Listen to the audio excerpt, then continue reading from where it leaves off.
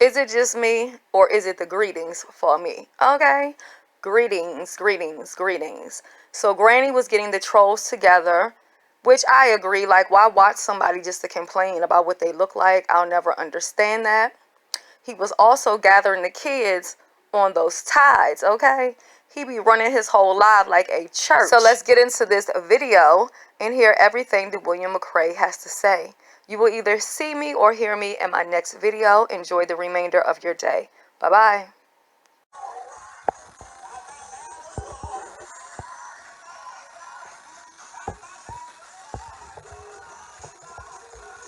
That's not messed up.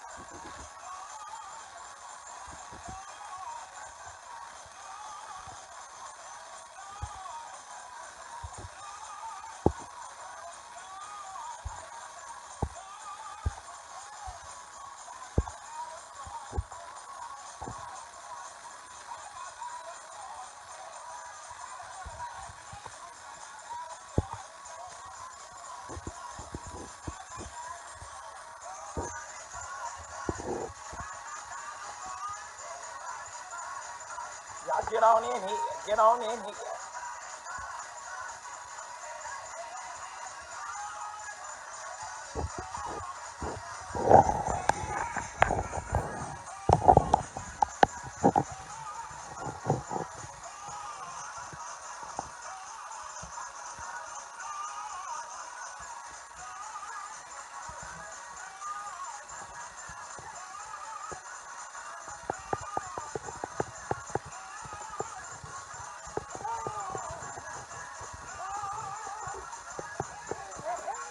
Fight my battles, bro.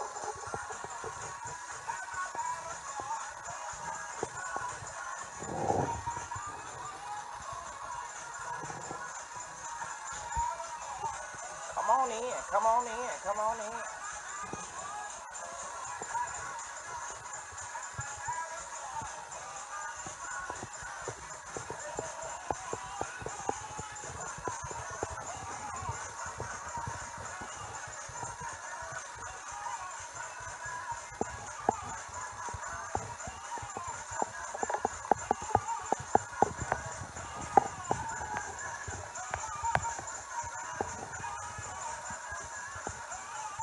Greetings, greetings, greetings, greetings. Try to get all these chords together.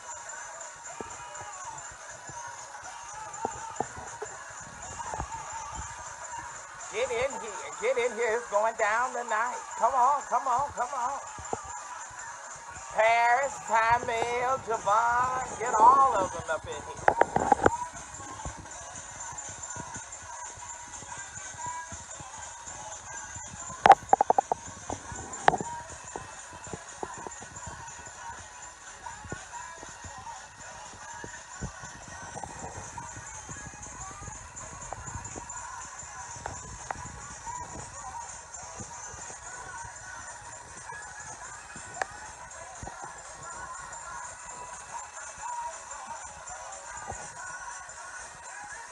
Clap y'all.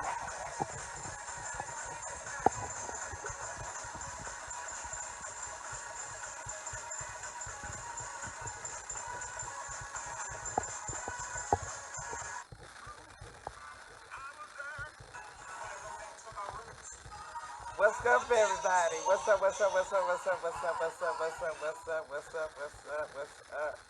Okay. It's time for Sunday Night Live Father's Day edition. Y'all go on and get in here. get in here, get in here, get in here, get in here, and all of that good stuff. Can you hear me? Can you hear me good? Can you hear me? Can you hear me well? Can y'all hear me? Can you hear me? Can you hear? Okay, let me see. Can you hear? I'm trying to get all my little contraptions together. I don't know why my bow tie is crooked. I'm trying to get all my little contraptions together. It's been doing that all evening since dinner. It's been turning on me. Um, but greetings, greetings, greetings, greetings. Everyone that's in, I see Sheldon. She said I sound muffled. Okay, so let me go on. Okay, let me get it together. Let me get it together. Let me get it together. Y'all just bear with me. Can you bear with me?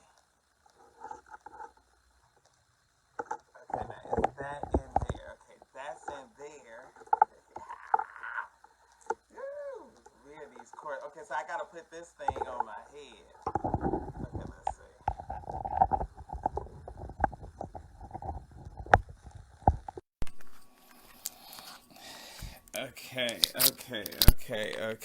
Okay.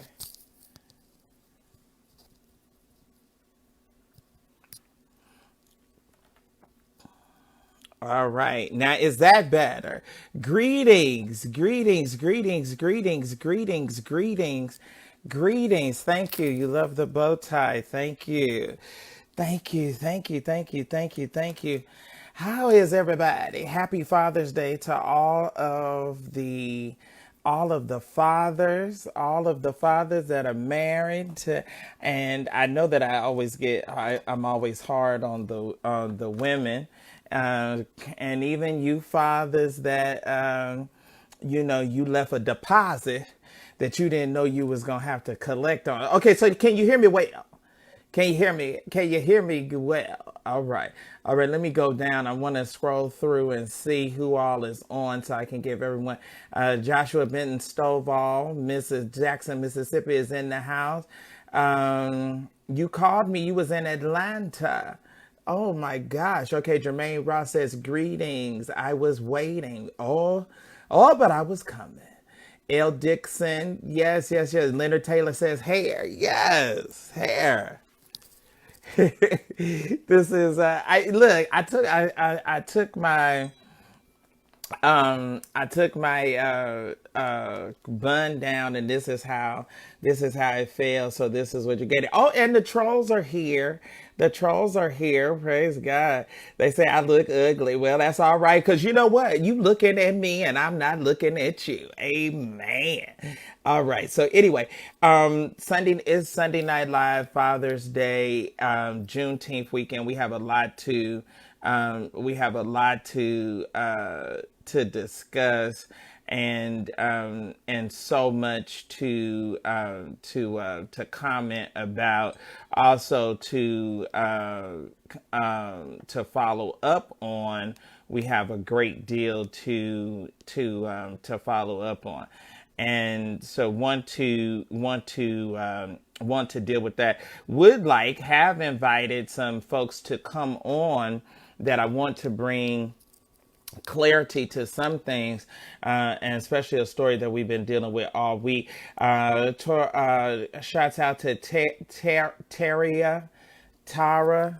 I don't know if I'm pronouncing that right. Bardus. Thank you.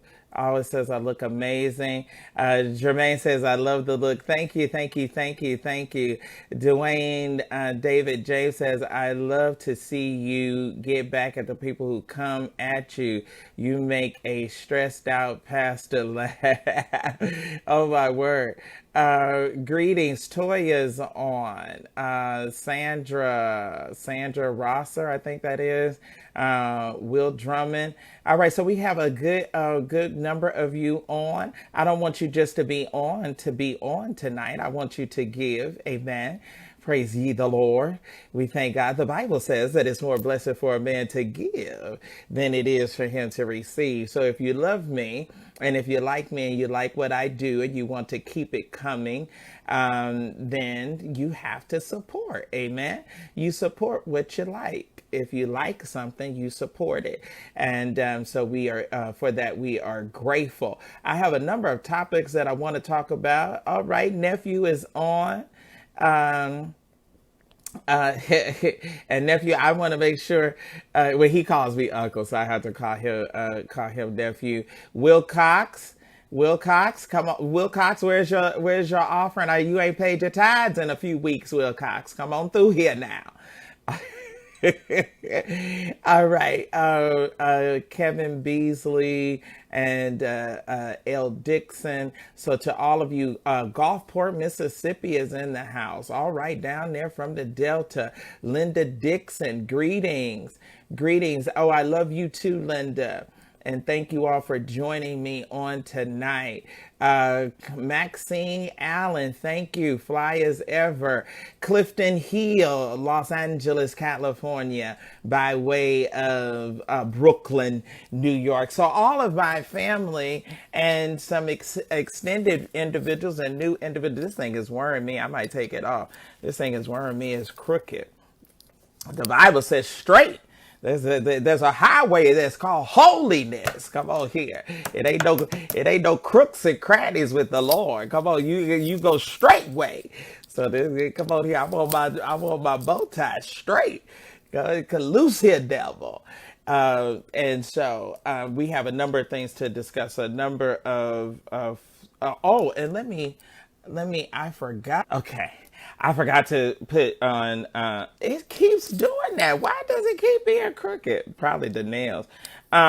Anyway, got a number of things to discuss. Want to bring some clarity um, uh, to a number of things and a number of stories that we want to recap on and to discuss. I want to give shots out to some of the folks that I have discussed some stuff with this week that have given insight on a number of things. I'm sorry. I said I wasn't going to do it, but I just got to do it. So the trolls are texting. Let me ask y'all something. Because I'm so unbothered. I'm so unbothered by a troll.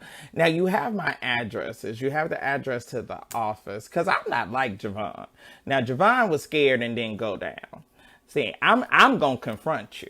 I like to fight and act a fool. So I'm going to confront you. So I want you to run up. Why do you send texts? What is bad about sending texts? We want to throw some hands. I want to pull out my Glock and fire it. I don't want to play no games with you. You want to sit back and text me. You needed to be acknowledged. So let me acknowledge you. Here it is. I ain't never ran from no fight, and I ain't never ran from no confrontation, and I ain't running now. All right. You have the addresses. You have the address to the extended stay where you say that I live. You have the address to the office. You have the address to the condo. So now why don't you show up at one of those? Then plus you have known for over the past 4 years, and you made it public what church I go to, of which none of those you have ever and never will make an appearance. But if you do, if you feel so froggy and eventually want to leave, I am going to be ready for you. Amen.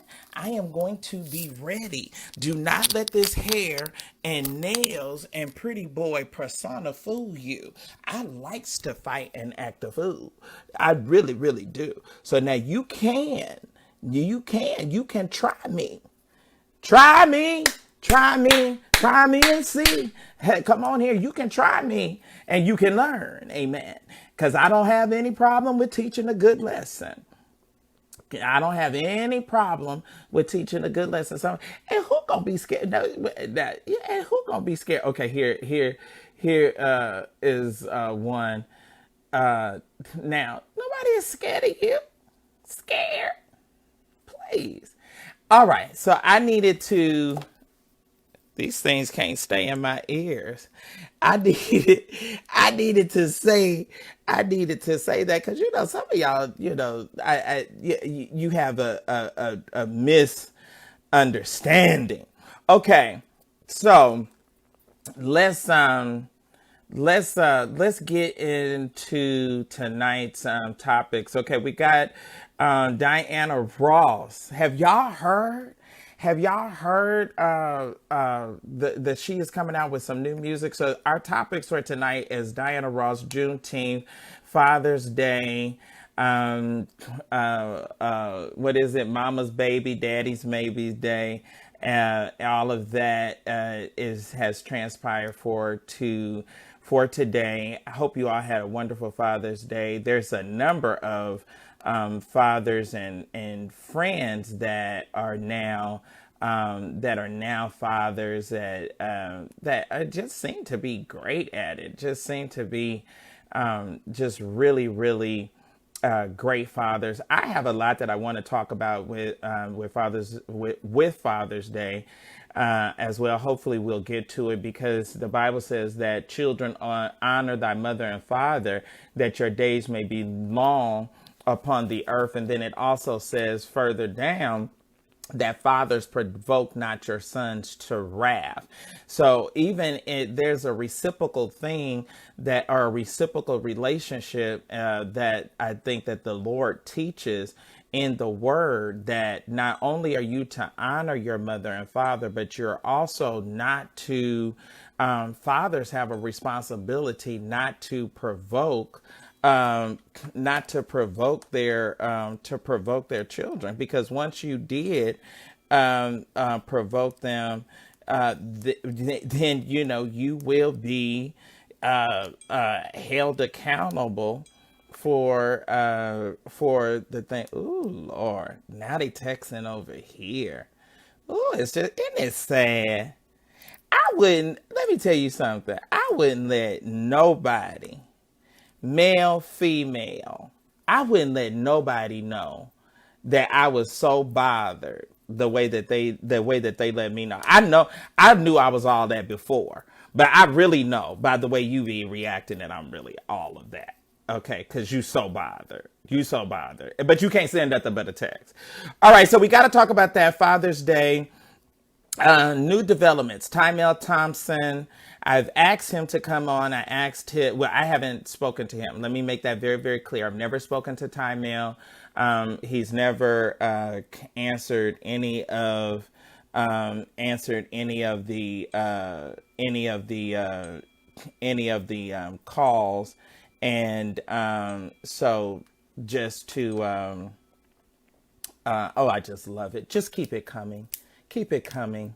Keep it coming. Keep texting. Keep letting me know that I'm great. Keep letting me know. Keep it up.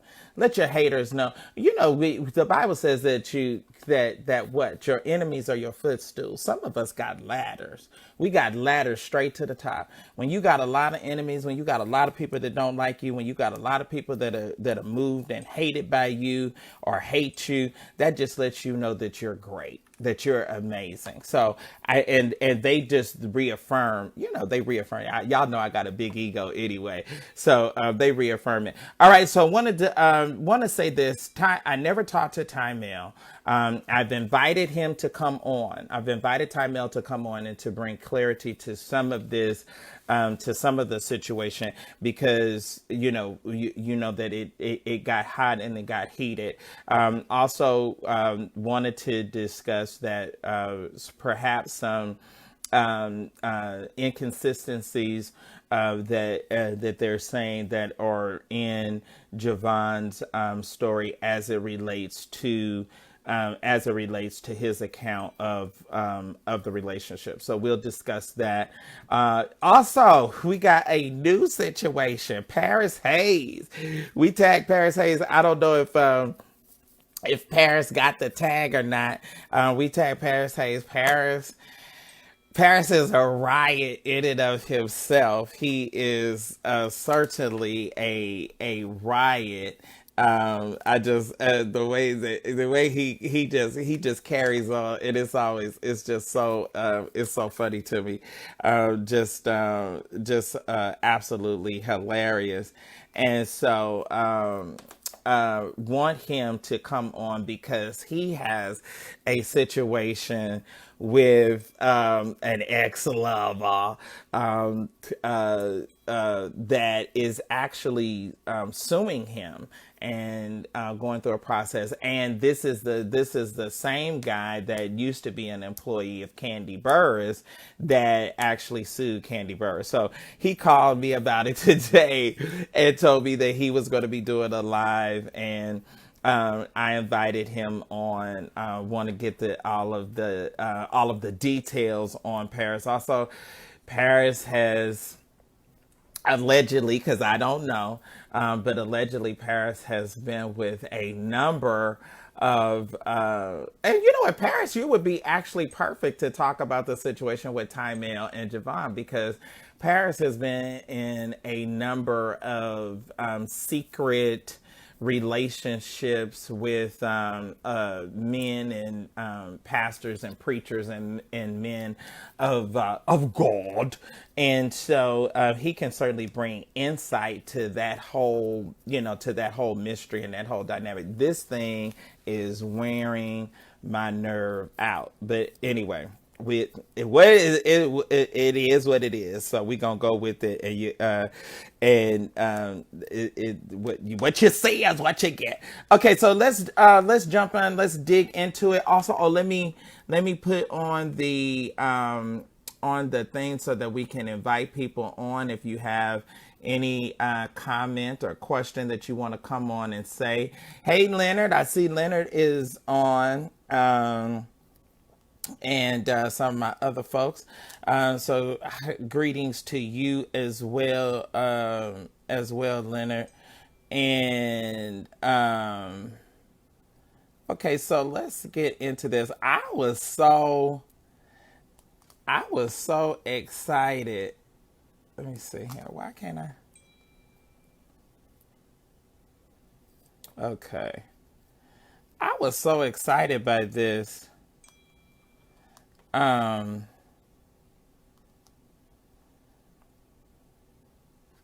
I love this. Let me see if I can play it.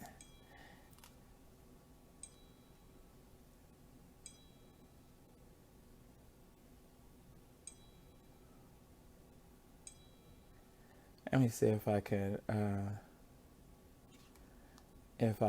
play it. Okay.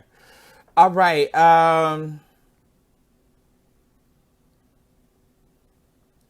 Oh, wait a minute. Somebody said to Gervais, I'm here, bro. I made it. What does that mean? When Gervais has told you about my life, I'm trying to find the. Let me see if I can find. Okay, so let's listen. Let's listen. We don't own the rights to this music, but I want y'all to hear this.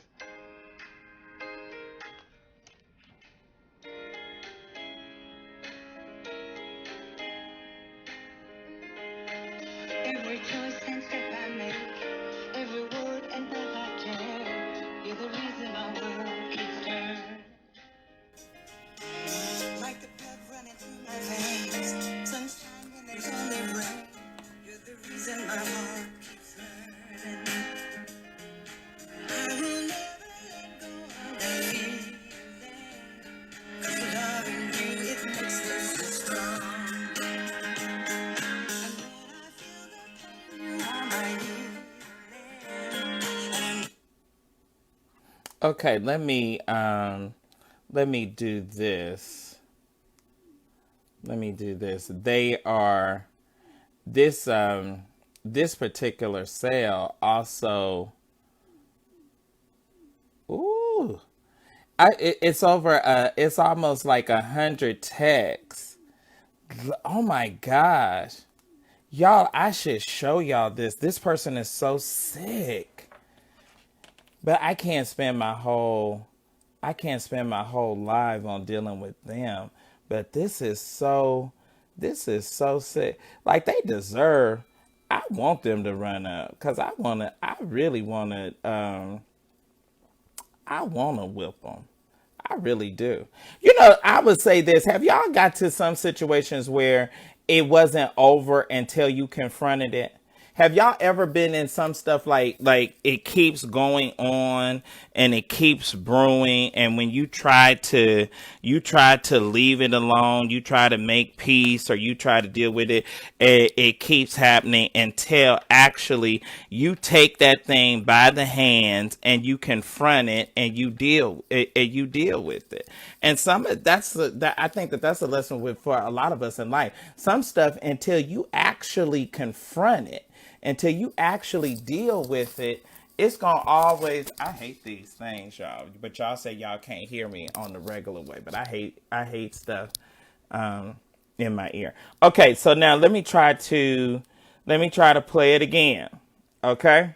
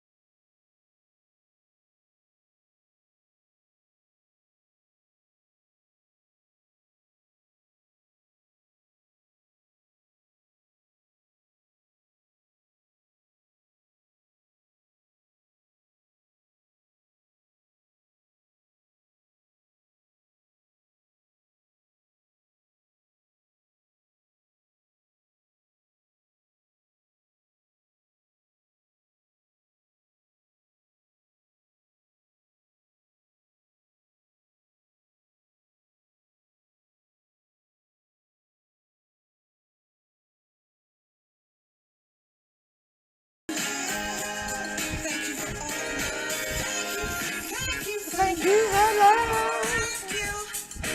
Thank you, thank you, hello.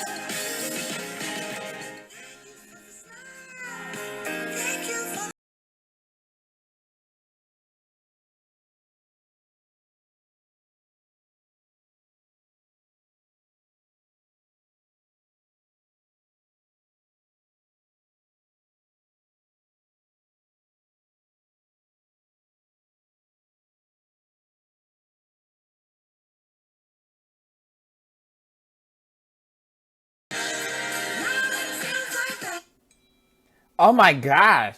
Y'all, I love it. I absolutely love it. I mean, that is I come on. Come on. I mean, does it get any better than Diana Ross? Really? Does it get any better? Okay, so let's go into this in a little bit more detail.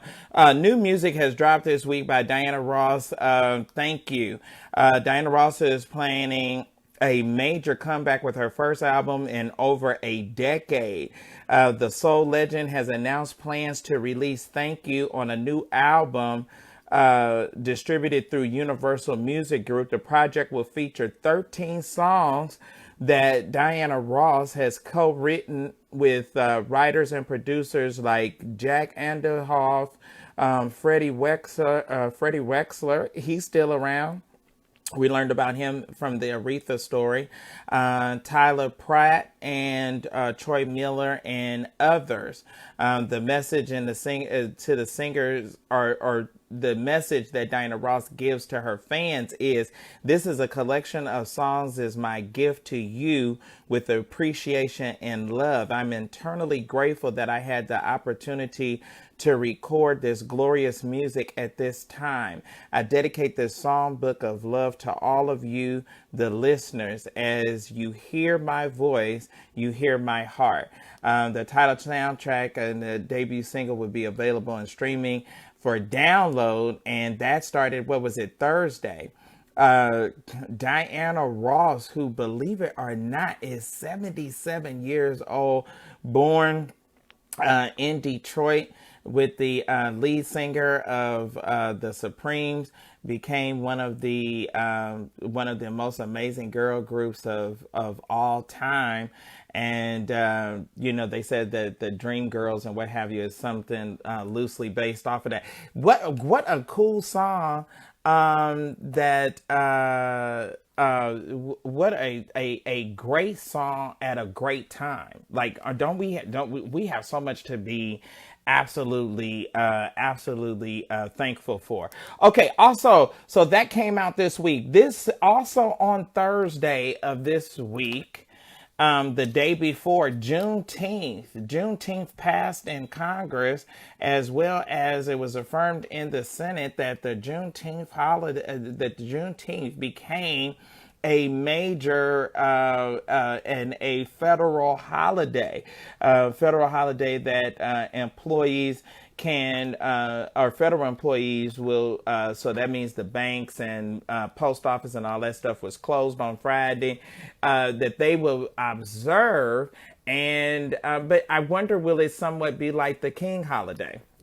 Because a lot of companies still does not observe, or still do not allow employees to take off for the King holiday. But nevertheless, it has passed, and this whole actualization and affirmation of African American people and our culture being realized is absolutely incredible, especially at this time, and at this time in the world. Now, we can have Juneteenth holiday. What do y'all think about it? We can have Juneteenth holiday, but is it going to stop some of the police brutality? Is it going to stop some of these unarmed black men getting gunned down and killed in the street? So we get one thing on one hand, Juneteenth becomes a federal holiday, but however, we have states that are chipping away at the Voting Rights Act. And then some people says that Juneteenth is not enough because we still don't have reparations for slavery. So what do y'all have to say? Does anybody have anything that they want to jump on, or say, or comment? I feel that we're not going to get everything at one time, and at least this is an attempt and a step in the right direction. It's a step toward reparations. It's a step toward being to more humane treatment of black people, and recognizing us as a major factor and major contributor to history and to this country, and especially to American history in and of itself. So, but at the same time, you have some school districts that are fighting to not actually teach about and teach students the reality of slavery. So it's sort of like a oxymoronic kind of tipping of the balance here, with how do we recognize, how do we move forward with some of this. I wanted to see if was trying to take up some time. I was trying to see if Javon If Javon was on. Okay, Shardy, there was a shooting on yesterday afternoon in my city during the Juneteenth event where a 19-year-old young lady, let me see what he's saying, a 19-year-old young lady was shot and killed by the police. Oh, wow. What city are you in? What city are you in? How unfortunate! It was a shooting. Okay, Jerron Jarrett says that Juneteenth it's a gift. So thank you for that. Anybody? I want to get into um, this. Okay, happy. Let me deal with this real quick. Let me deal with this real quick. Is it first of all before I get into that? Is there anybody on here? Um, is Javon or any of that whole Brooklyn crew, Tymel Thompson, Tashina Johnson, are any of you all on? I want to know if any of you all are on. If any of those people, I tagged you all because I got some stuff that I really want to say. I got some stuff that I really want to say, and I'm not going, y'all know I don't backpedal. Y'all know I don't backpedal. So I got some stuff that I want to say because I think that some of you, first of all, nobody tells me how to do or how to run my blog and my vlog. No one, not even my parents, tell me that. So that's the first thing. That's the first thing with this. However, I am always one that believes in the truth and believes in honesty and believe that the truth is always going to prevail. Now, it has been said, it has been stated that it's a lot of people that have been drug into the whole Tymel Javon situation that feel that they're innocent, that feel that they did not have anything to do with the matter per se. And to some degree and to some extent that can be very true. However, if you are in close relationship and you know that the person is doing something wrong, don't you feel compelled to steer them to do right? I think that's the main thing here. But I just want to see if any of them, anybody in that, now if they have the courage enough to say that they're on, they may not have enough, courage, because this is the platform and this is where to deal with the end and clear the air, speak on it, and then everybody can be done. He's admitted, both sides, both parties have admitted that there was a relationship now, and that we already know that that's improper, that it should not have been a relationship. We've come to the realization that Javon, I guess, was made an adjutant to perhaps cover it. Now, the Tymel side is saying that the relationship was old and that somewhat rekindled when Javon went to the church or joined the church or sought Tymel out to rekindle whatever old flame that they had. I don't know. I don't know. What we do know is that there was a relationship, and both sides have agreed that there was a relationship.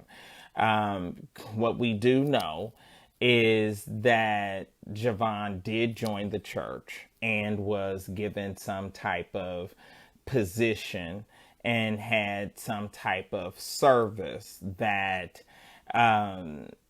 affirmed that that position that was granted, or that title that was granted to him, whether it was real or whether or not it was a disguise or cover up for their relationship. How we don't know. Only that they actually or Tymel would know that. I believe that it certainly was. I believe that it was a cover up. All right, hey, Javon, we want you to come on. Want you to come on. Have had no one can, I guess, have been able to reach you, and so we have the level of follow up and concern, and so some ideas and some questions. So hopefully that you come on and you can. I know you want to your effort is to move forward, that this is behind you, and that to be able to move forward. But the other side is still trying to, or attempting to say and discredit you in regard to relationship. When did the relationship start? Was it old? Just what was the case? Okay, we are being joined by Javon. All right, and here we go.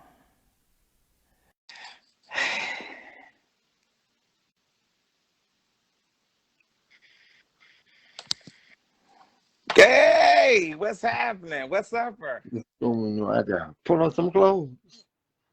Listen, and late at night. That's how you. That's what it is. You need to keep your clothes on. It's pulling off your clothes.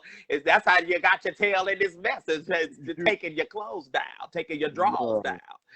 If you kept your drawers up on your behind, you wouldn't be in this mess. So y'all don't like this kind of teacher. Y'all don't like this kind of teacher. See, they don't think that I have reprimanded. Would you please tell the people that Sir William, that I told you that you was just as wrong as Tymel was wrong? Didn't I tell you that? Yes, sir. Okay. You move away from that light, because that light is right. I want them to see your face. All right. Sir. Didn't I tell you that? Didn't I tell you to stop calling all these men daddy? Didn't I tell you that? I told you that some of these men didn't mean you any good, and don't call them daddy, and don't appear to these so-called men of God as needy. Didn't I say that? Come on. Okay. So I have told you everything that I've said. Now, this is the thing that Tanisha Johnson and some of the people are saying that is a concern, that there's inconsistencies in the time frame of the relationship, or when you were dealing with Tymel. So they're saying that they're standing by his point that you were dealing with Tymel early on, or before he planted his church or his ministry, and then somehow as of late you relinked or reconnected and reestablished that relationship. Okay. Question I have, and when you say planted his ministry, what are you referring to? What I'm referring to was he a pastor, had members, and had a church when you all were hot and heavy and going together, or as you had it in your mind that you was in a relationship with him? I haven't known Tymel he's from what I know. I'm gonna go by what I know. Like I'm talking facts. All I know is that he's been in ministry for 16 years. I have not known Tymel for 16 years. Okay. I have not known that he has. First of all, you haven't lived in New York for 16 years. For 16 years. I was in Atlanta. Okay. So that's clear. What year did you go to New York? Did you I relocate moved to New to York? New York in 24, 14, 14, 15. My grandmother died in 2013. So, no, she died in 2014. So it was 2014, 15, 16, 17. Yes. Yeah, 2014 Okay, because so my you grandmother. moved in 2014 to New Yeah. York. So you hadn't even Yeah. been and when you moved to New York, he was already set up shop and had Set a up. church and was a I didn't pastor. even know him. Okay. All Yeah. right. So that dispels that rumor. So he was an established pastor Yeah. when you all Yeah. were going together.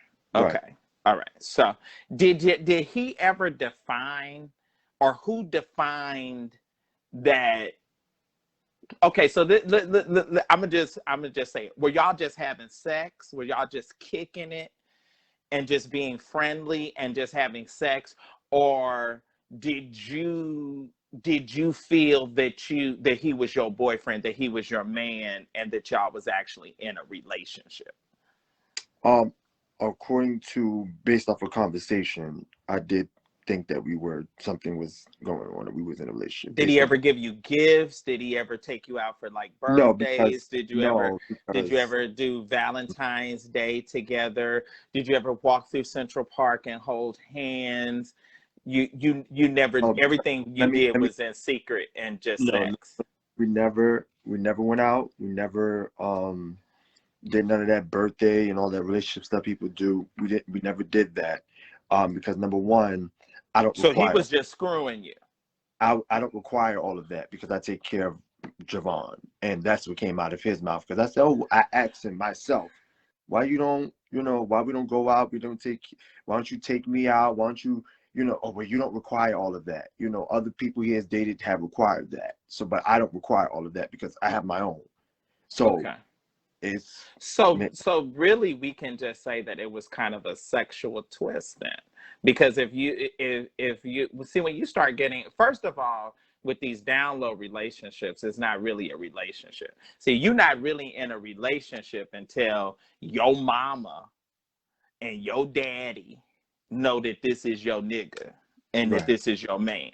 Now, to the extent of your community or your friends knowing that that you're together, when you deal, and that's a problem with a lot of gay guys, when they deal with DL men, then it's nothing more than, in your mind, a fantasy right, relationship, because all are you doing is you're only dealing with me when the sun goes down.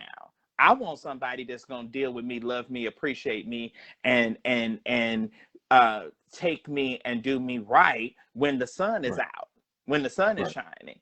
You follow what I'm saying? So in your mind, because a lot of times the mindset is warped when it comes to this idea, and that's how the whole idea that the whole thing with these gay relationships, that there's confusion and delusion, because it is not an actual relationship. No one really knows that you are dealing with that person except you and that person.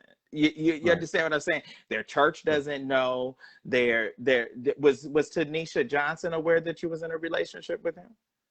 After the fact, no, she was not. She was made aware after After the situation when after you did the live. right, I did my right. Okay, when you did the live. Now, did she know about him having other relationships with other men?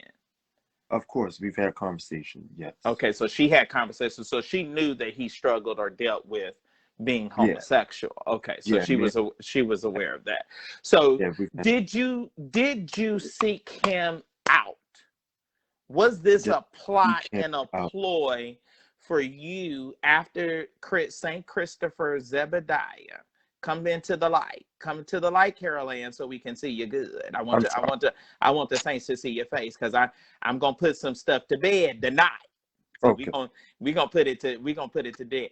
So this is you, sir, are dangerous. You are a person that is being alleged to be said to have a pattern of behavior of where you seek questionable preachers out, you latch on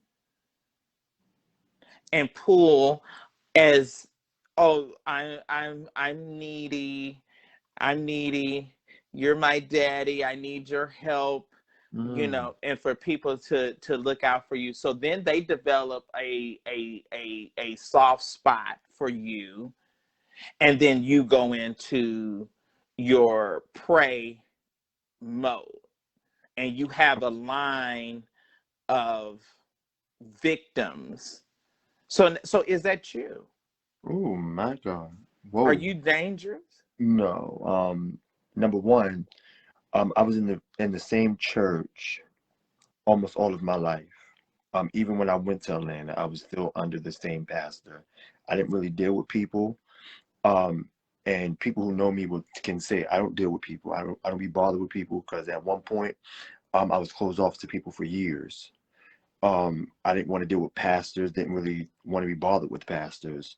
So no, it's not a pattern. Um, yes, I am a nice person because I give people the benefit of the doubt. But to latch on to somebody, that's deep. No, far from it. And Um, you don't have this perpetual mindset that that you're going to dig in, or you're going to no, get with them and you're going to seek no, them out, or what I, have you. I- So you didn't. How did you?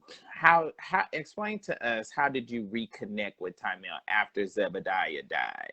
After, excuse I- me if I mispronounced his name, uh, but he, after he died, how did you? He um, inboxed you, right? he inboxed me. I inboxed him. Let me say that and asked him where his church was. At that time, his church was on Blake Avenue. This little Okay. box. And I did reach out to him because I've always seen his videos. Um, through the years since I've been in New York, I've seen different things. According, well, he dealt with one of my friends. Well, he was my friend. I'm not saying he was my friend. He dealt with them. That's how I met him.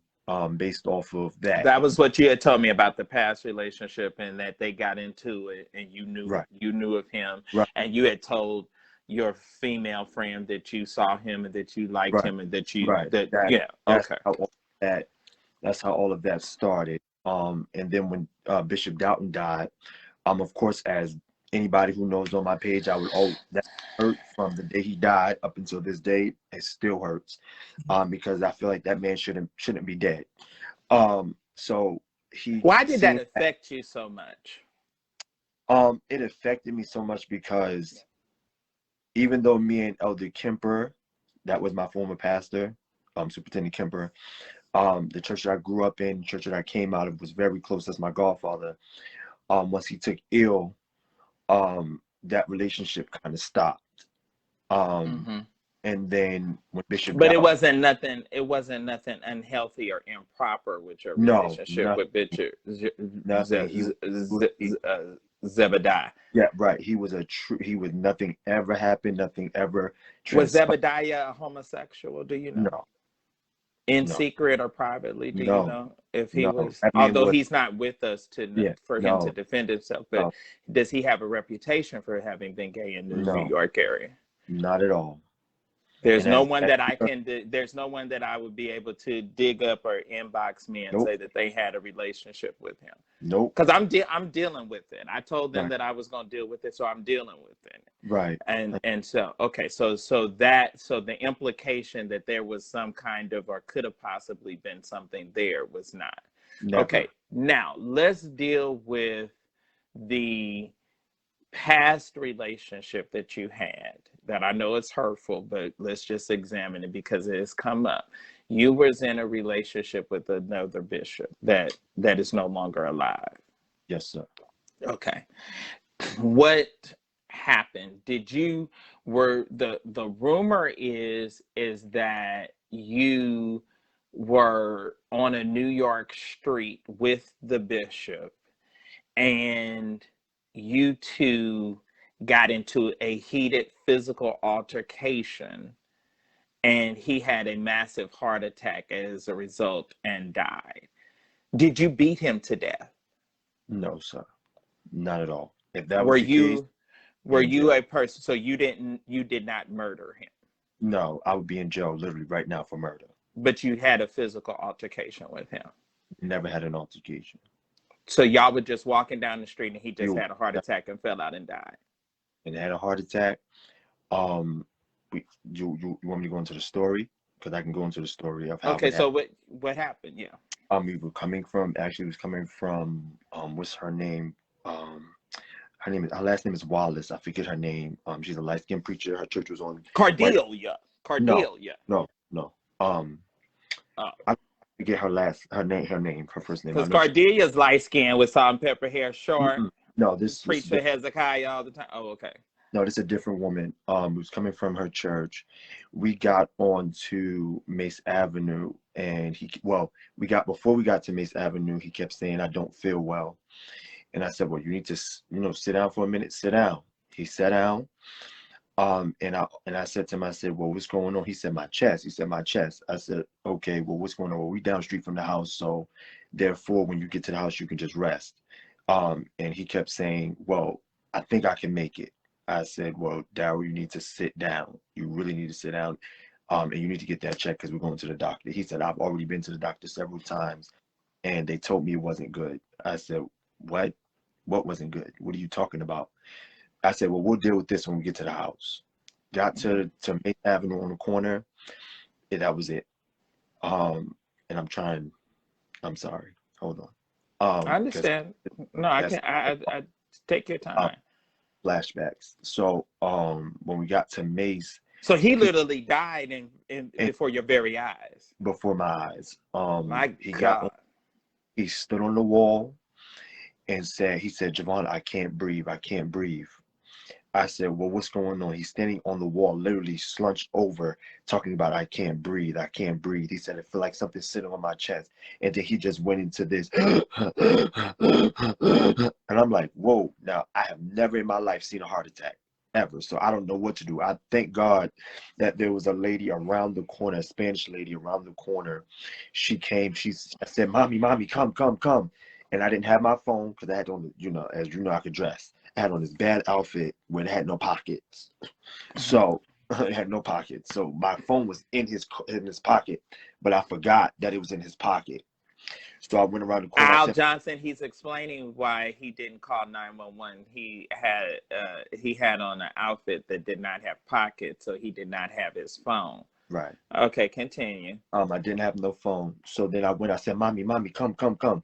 She came around the corner. Then another guy across the street who was walking the other way had said, excuse my language, he said, "Oh shit." He said, "He's having a heart attack. Call 911. The Spanish woman was talking on the phone. The guy snatched the phone from the lady.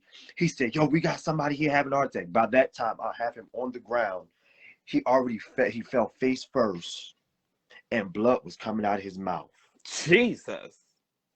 And I was in the middle of the street screaming, literally just screaming like, "This can't be happening. This can't be happening." Something in me knew that this was it. Something just in me knew that this was it.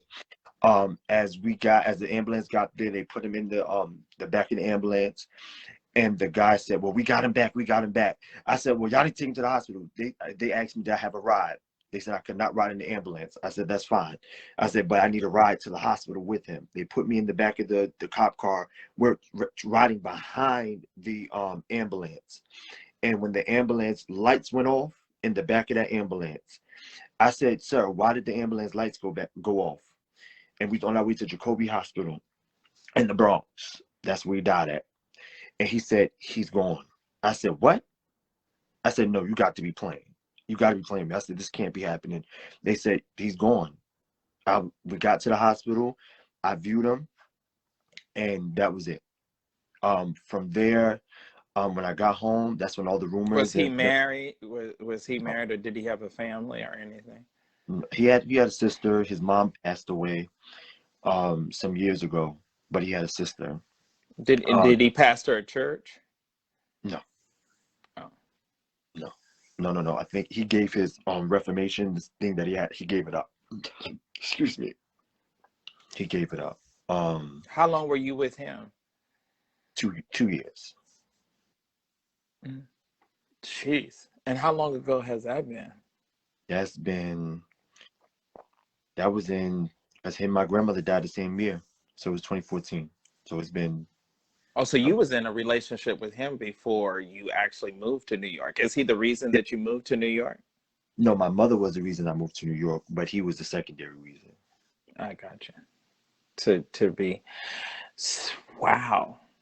Absolutely, absolutely incredible. How did you how did you kind of deal with that? What was the situation? Were you like a person of interest? Yeah. Did you have to go through a lot of questioning I had to with go the through police? What was that experience like? horrible. It was nothing but hell. Um, didn't understand it, didn't get it. Rumors was being said. I had to go to court and everything. For 2 years. I had to go to court. You Uh, battled that for 2 years? 2 years. And what was the situation? Why was it such a battle, and why did you have to go to court? Were you Because ever facing charges, or did they ever charge you with a crime? they didn't know what to charge me with. First they said murder, then it was manslaughter, then it was a whole bunch of stuff because of the stuff that they kept hearing. And there was stuff that the report said or whatever. But one of the weirdest things that happened was when the jury got up. The So you judge, stood trial, yes. and so for you to stand trial, you was charged with something. Well, they didn't know what to. It was several things. They didn't know what to. It was several things that they claimed that they had, but they didn't have anything. Were you Uh, ever in custody? no, They never arrested you. You never were detained. that Wow. a lot. It was weird. The way the whole thing happened was horrible. It was nothing but hell. When I tell you, if you could describe hell on earth, that's what it was. I Mm. mean, it was it was mind blowing. I was going to work every day trying to figure out what's next. But like I said, one of the weirdest things happened with the jury. The guy said, the judge said, "Is there anybody that's going to be who cannot be honest on how you feel?" Two people stood up and said, "I'm sorry, I cannot be honest. For somebody being, I cannot lie for somebody being dead. I have sympathy for the dead person before I do for the living." Two people. So they had to dismiss them. It was just a whole line of stuff. The the friends that I thought was friends. This is one of those moments. As bad as I wanted to go off. Okay, now one of the people have said it sounds like this was a grand jury. And Yeah. that's what I was going to say, Keith. It sounds like it was a grand jury that was trying to go through discovery to see if they had enough evidence against you to charge you with a Yes. crime. Yes. That's what you were going through. Okay, so Yes. that's why you were never officially detained, and that's why you were never officially indicted or charged criminally and arraigned, because you actually was going through this process for 2 years with them going before a grand jury presenting the evidence of what could have happened and whether or not you had committed, or whether or not there was enough evidence against you to commit to charge you with a crime. Okay. And one of the people, um, well, the family came. Well, one of the family members came. A couple of other friends that I thought were friends came. Um, but as bad as I wanted to mistreat them, I did not, because just as well as I lost somebody, you guys lost somebody too. So I kind of could sympathize with that, even though they were Did you go against. to his funeral? No, It would have been inappropriate. it would have been inappropriate because of what was being said. As bad as I want to, I was actually on my way. Let me be honest. I was on my way, and my grandmother called me and said, "You better not show up at that funeral." I said, "Grandma, I need to go. I'm not going to just sit here and not go." No, she said, "Don't go." She said, "You hold on to the memories you had for the 2 years y'all were together." So I held on to that. Did not go. It would have been, like you said, it would have been inappropriate. But And long story, probably dangerous. yeah, yeah. But long story short, because I don't want to take up too much of the time because we got other stories and other things you got to do. Um, the Halloween day, the day before Halloween, they were supposed to um come up with whatever they had. Um, and The the grand grand, jury. yes, they were supposed to come up and have a verdict and everything on that day. They didn't. It went overtime because they had to come up with something by 2 o'clock. Went overtime. The judge said, "Well, we're going to come back tomorrow. Do you mind coming back tomorrow?" I said, "Well, I'm trying to move on with my life. I need them to find out what's going on today." So the date on Halloween 2014, they came out. Um, the lady looked at me and smiled. The first juror, the one who's supposed to read the verdict, she looked at me and smiled. I said to myself, I looked at my lawyer, I said, I'm going down because these people are white folk and they're gonna try to get me. He said, Mm. don't. My whole church family was sitting on that row on the back of me. Um, and I said, man, these white folk finna get me. She just smiled at me. He said, just calm down, calm down. She Mm. said not guilty on all three counts. And one of the weirdest things that I've never seen happen, because technically the jurors are not supposed to speak to the victim, or I mean the whoever they accuse her, the accused. They're not supposed to speak to anybody at all who's Mm-hmm. who's being accused. And a lady came up to me as I was outside crying. She said, "We all sat in there for days and we talked about you." I said, "What?" She said, "I just want to hug you." She said, "We knew you didn't do anything from the jump, but we have to do whatever the DA tell us to do. Whatever they tell us to do, we have to do." And I would go. They was trying to come up with everything. But she said, from the first day I seen you, she said, I knew what type of person you was. I knew you didn't do it. Who was overseeing it? Because you have, I don't know why Al is riding you so hard. Maybe Al Johnson is a person from the other side. Al Johnson says, I don't know if he's an attorney or not, but he says that grand juries do not deal with a judge. So it must have been someone else that presides. I forget the exact term for who presides over a grand jury. However, if you're in a courtroom, somebody has to be Right. presiding, Al. You're not just, people are just not assembling. If he was on trial, the jury would have found him not guilty. He would have been charged. Well, we understand that. So your question, I'm asking your question specifically, since you said that a grand jury does not deal with the judge, who presides over a grand juror when they're being presented evidence? Since evidently and you're calling him on the carpet or saying that there is doubt in what he's saying. So you tell us.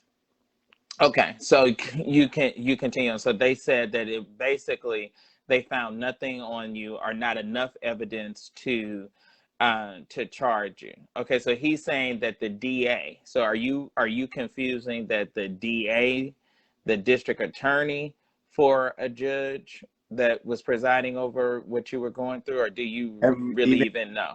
a judge and a DA was there. It was DA and a judge there. Okay. All right. Well, it might have been a judge there because if you were looking at a murder charge, It was or several. It was. it was serious. It So was. a judge very well may have been out. There has been situations where judges have been involved uh, with that. He was not charged. He was never indicted. He was never indicted. Okay, Christopher St. James says he's confused. Confused about. Okay, what are you confused about? Because I want to put all of it to bed and everybody go on with whatever situations, whatever, pick up whatever pieces of their life that's going to be. But anyway, be that as it may, Be that as it may, the bishop or the man that he was with back in 2014 that died does not necessarily have anything to do with what we're dealing with on tonight and where we are today. What I'm trying to do was, or the reason why I brought it up, he said if they had, what made them think that he had anything to do with the death? The law enforcement, if you are with anybody at the time, I'll give you all a case in point. I had a good friend whose younger brother suffered with seizures. When he had the grand mal seizure and died in the house with his mother and his brother, they were questioned. they were questioned and kind of almost interrogated about what they were doing, where they were, what was happening in the proximity. The mother and the son was talked to together. They were talked to separately and individually. If you are a peer with somebody and then they suddenly pass away in your presence, they are going to be looking at you. Just like if a husband or wife is married and they are killed. Okay, Vicky says if they want to indict him, it's a grand jury that is called to hear the evidence, and the judge is there to sign the warrant. Everyone who needs to be there to hear the sign. Thank you, Vicky. But Thank again, you. I want Thank to, you. Thank you. I want to Thank you. state See, this. that's why I appreciate my audience, because I have intelligent people. Right. Amen. I So want to now, say Al, do you hear? Because since you riding the boy, like what he is saying is not true. The judge is there so that if the grand jury says that there was enough evidence to have charged this boy with murder, then immediately the judge could have signed the warrant and then they could have taken you into custody at that moment. Am I talking right? Are we under? Or is all hearts and minds clear? Do we understand now? While we got folks that's questioning people and questioning me and nitpicking at this and nitpicking at that. I hate that I'm having to take you through it, but that's why we're gonna go with it by line, precept by precept, so that they can know. Okay, so Keith says he went to the grand jury and they found it is sufficient evidence, ended the day. That's what happened. They found that it was insufficient, not sufficient, insufficient evidence. Well, to his interpretation, he said that the jury came back not guilty. Well, he's not a criminal, so he may not know the right terminology or the exact terminology of how to have said it. He felt like he was on trial and dealing with this for 2 years. Okay, so I want to so you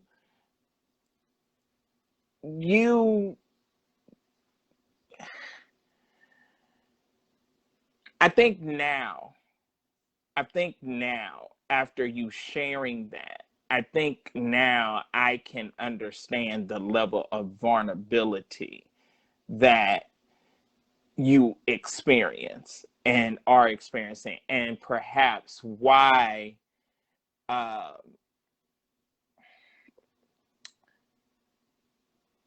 that was a horrific experience. So I can now, and we never talked about it in this detail before. right. So now I can really sympathize and empathize with you when I have said, or when I have made those harsh statements about you being needy, and why do you latch on. If I perhaps had gone through what you went through and had to deal with the grand jury for 2 years, or dealing with perhaps evidence being presented against me to possibly charge me with a felony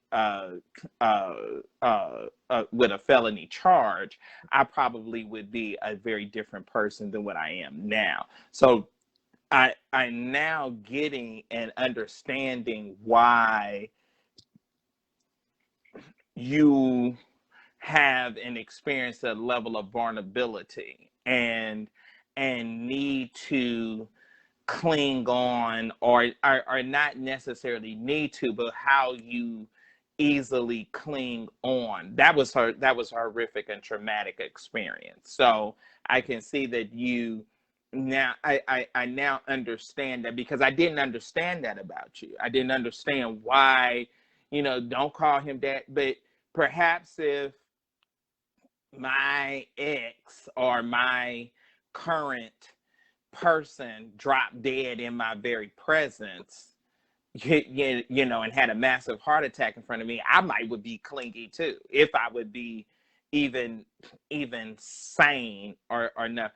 So that you experience that, then you go into being a member of Dowden's church, and you were very close to him, and that fulfilled a level of I guess void.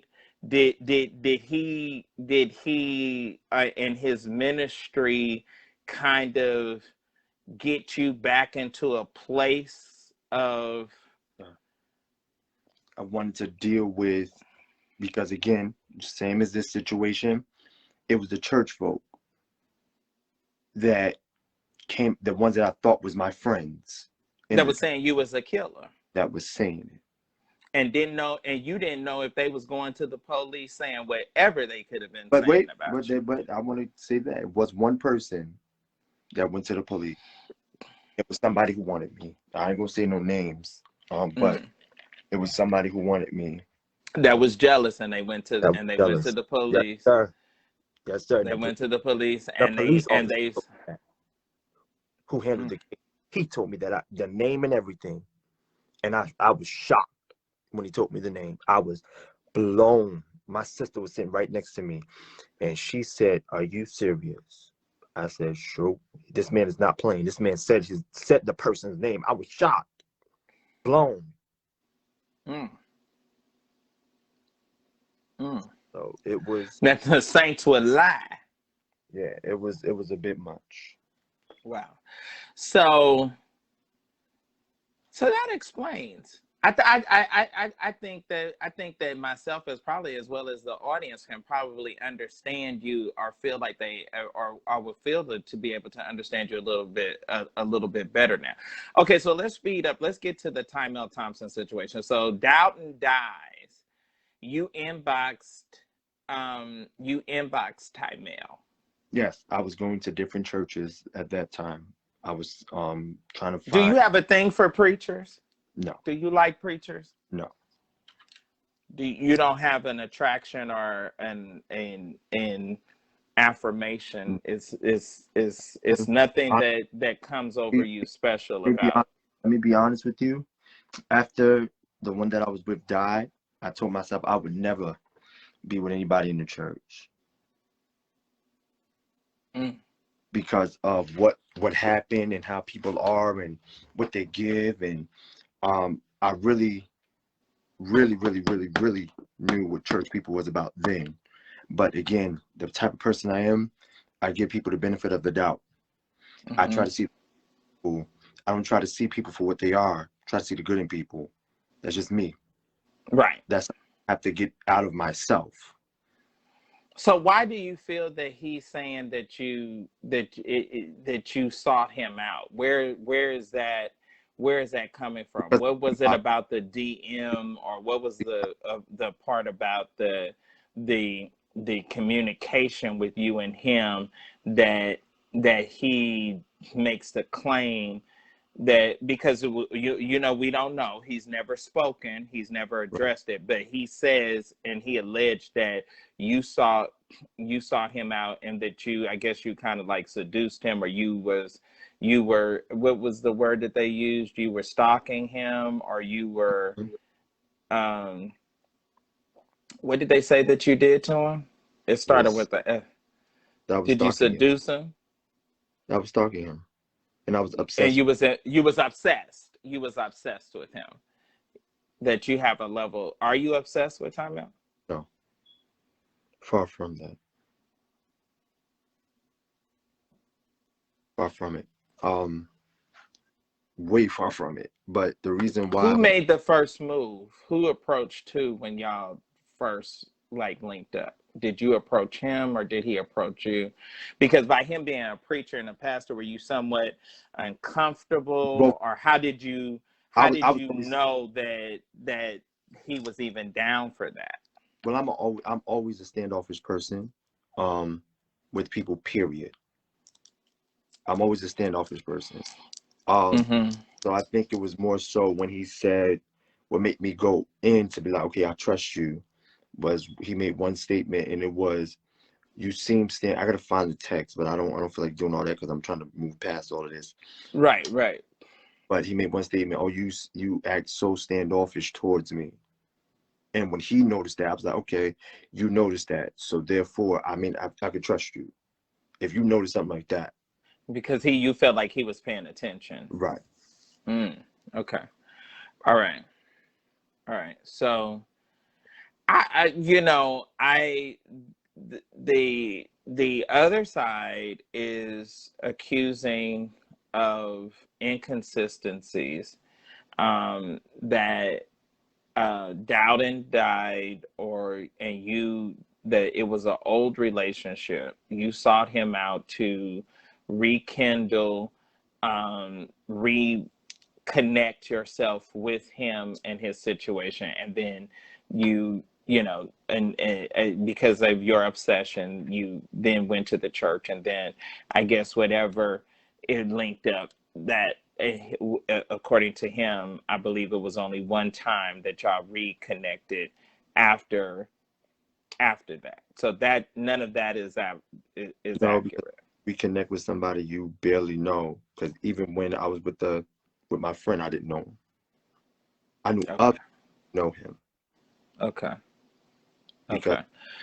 So where are we with your safety, and where are we with that piece, and why do you feel, or what evidence do you have that um that Tymel Thompson sent? Okay, now, for giving him the benefit of the doubt, he is a pastor, he's a preacher. Is there a possibility, Javon, that unbeknown to him, some members that love and esteem him highly could possibly have seen the live and saw the interview and got angry, and of their own judgment and of their own recognizance came to your home to possibly harm you on last Tuesday night? Is that possible? it is, but is that facts? No. Okay. I know How do you know, or how do you feel that it's a fact that he definitely sent them? because none of them people who was at my house knew my address. Okay. None So of they them. would have had to gotten the address from him. Right. And none of the other members had never taken you home. Did Tanisha Johnson ever take you home? Never.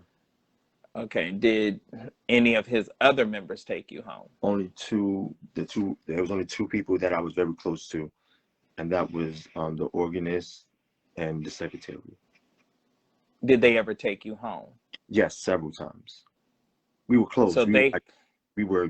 had your address. So possibly, do you think possibly they could have given the address to, or stated, was there ever any documentation at the church that would, like a tithing envelope, or a membership form or anything that you ever would have recorded your address on with that church or with that ministry? No. So the organist and the secretary was the Right. only two people that you were close to that took you home. Do you think that they possibly could have discussed or divulged your address and maybe not Tymel? Honestly, I don't know.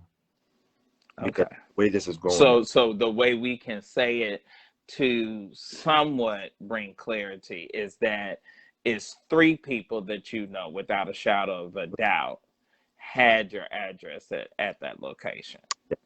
Why would Michael Key Jr., who you described as a friend and a brother, a spiritual brother, why would you, to the best of your ability, what could make him so angry with you that he would show up to your house at 2 a.m?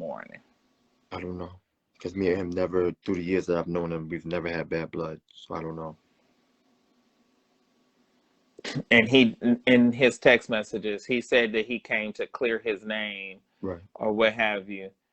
Did you ever, was he ever connected? Did you ever divulge anything about him, or did you Well, ever divulge he's anything been that?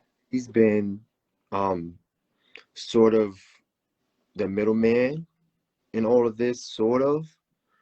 Besides Garel, but it was not like to the point Garel was. But he's been sort of the middleman trying to, I don't know, talk to, I don't know what he was trying to do. I can't say because I don't know what he's trying to do. And at this point, I can't say because of But the he way. was trying to could bring back or some level of communication between you and Tymel. But to be honest, I don't think that that's really what was going to happen. Because he also spoke to me, told me to come to the church, all of that stuff. He said, if the Lord put you here, you need to come. No, no, no, no, no, no, no, no, no, I'm not coming there. And I told him that. I said, I'm not coming there. So he may have been plotting, or he could have been after you for a while, if he was telling you or trying to get you to show up at the church. Right. But even before, when this stuff was quiet, this stuff was going down, he did ask me to come. I said no. I said if he wants to talk, we could have a meeting. You can try to get him to get it. I asked him, I said, can you try to get a meeting? Because I don't want to be walking around here with animosity. I don't want him walking around here with animosity. And I'm going to move on with I'm not going to be at his ministry after the meeting. So he'll be able to go on about his business and I'll be able to go on about mine. And he said, okay, he was going to try. I never heard anything else back from Michael Key. So Until he appeared at your house until at 2 o'clock. And without a shadow of a doubt, he appeared. yes. How or what the means of transportation? Because now they are saying that Tymel presently does not have a vehicle, and that the Honda, the 2017 Honda Accord that he had with that license plate number could have in no way possibly been at your house on last Tuesday, because he no longer has that car. Now, if it was repossessed, if he sold it, if it was stolen, or how he is no longer in possession of that car, I don't know. But that has been the only evidence, or the only proof of that, is that that's what that side is saying. That side is saying that they know that that is a lie, because they know that he does not have that car. Mm-hmm. We don't have any proof of that, because they have not provided. I asked, is there a bill of sale?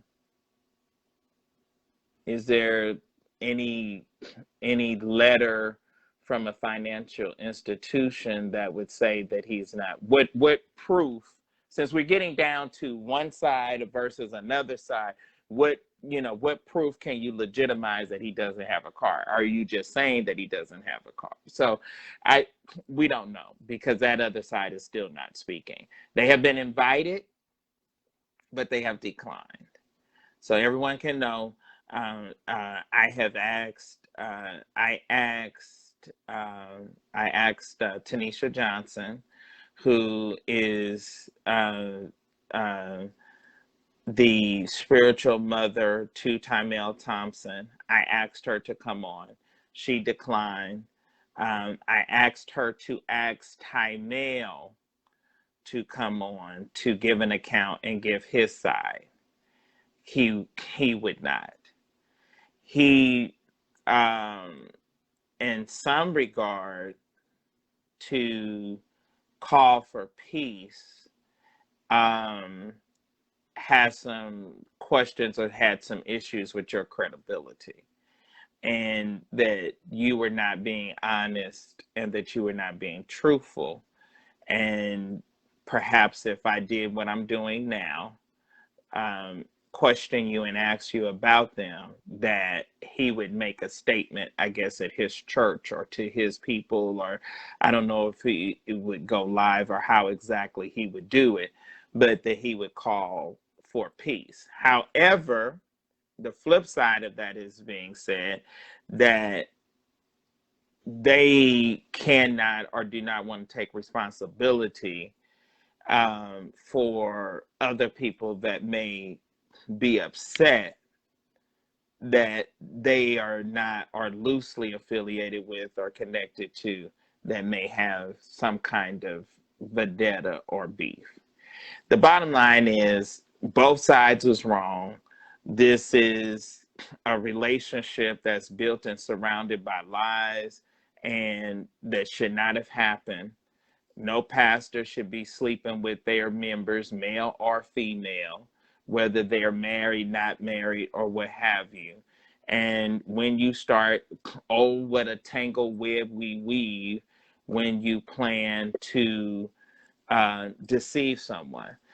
And it's hard to have these kind of relationships and be down low or whatever you call it and not lie and not have things convoluted and not get things messy, because you're presenting one message and one image to your members and your reality is something different. So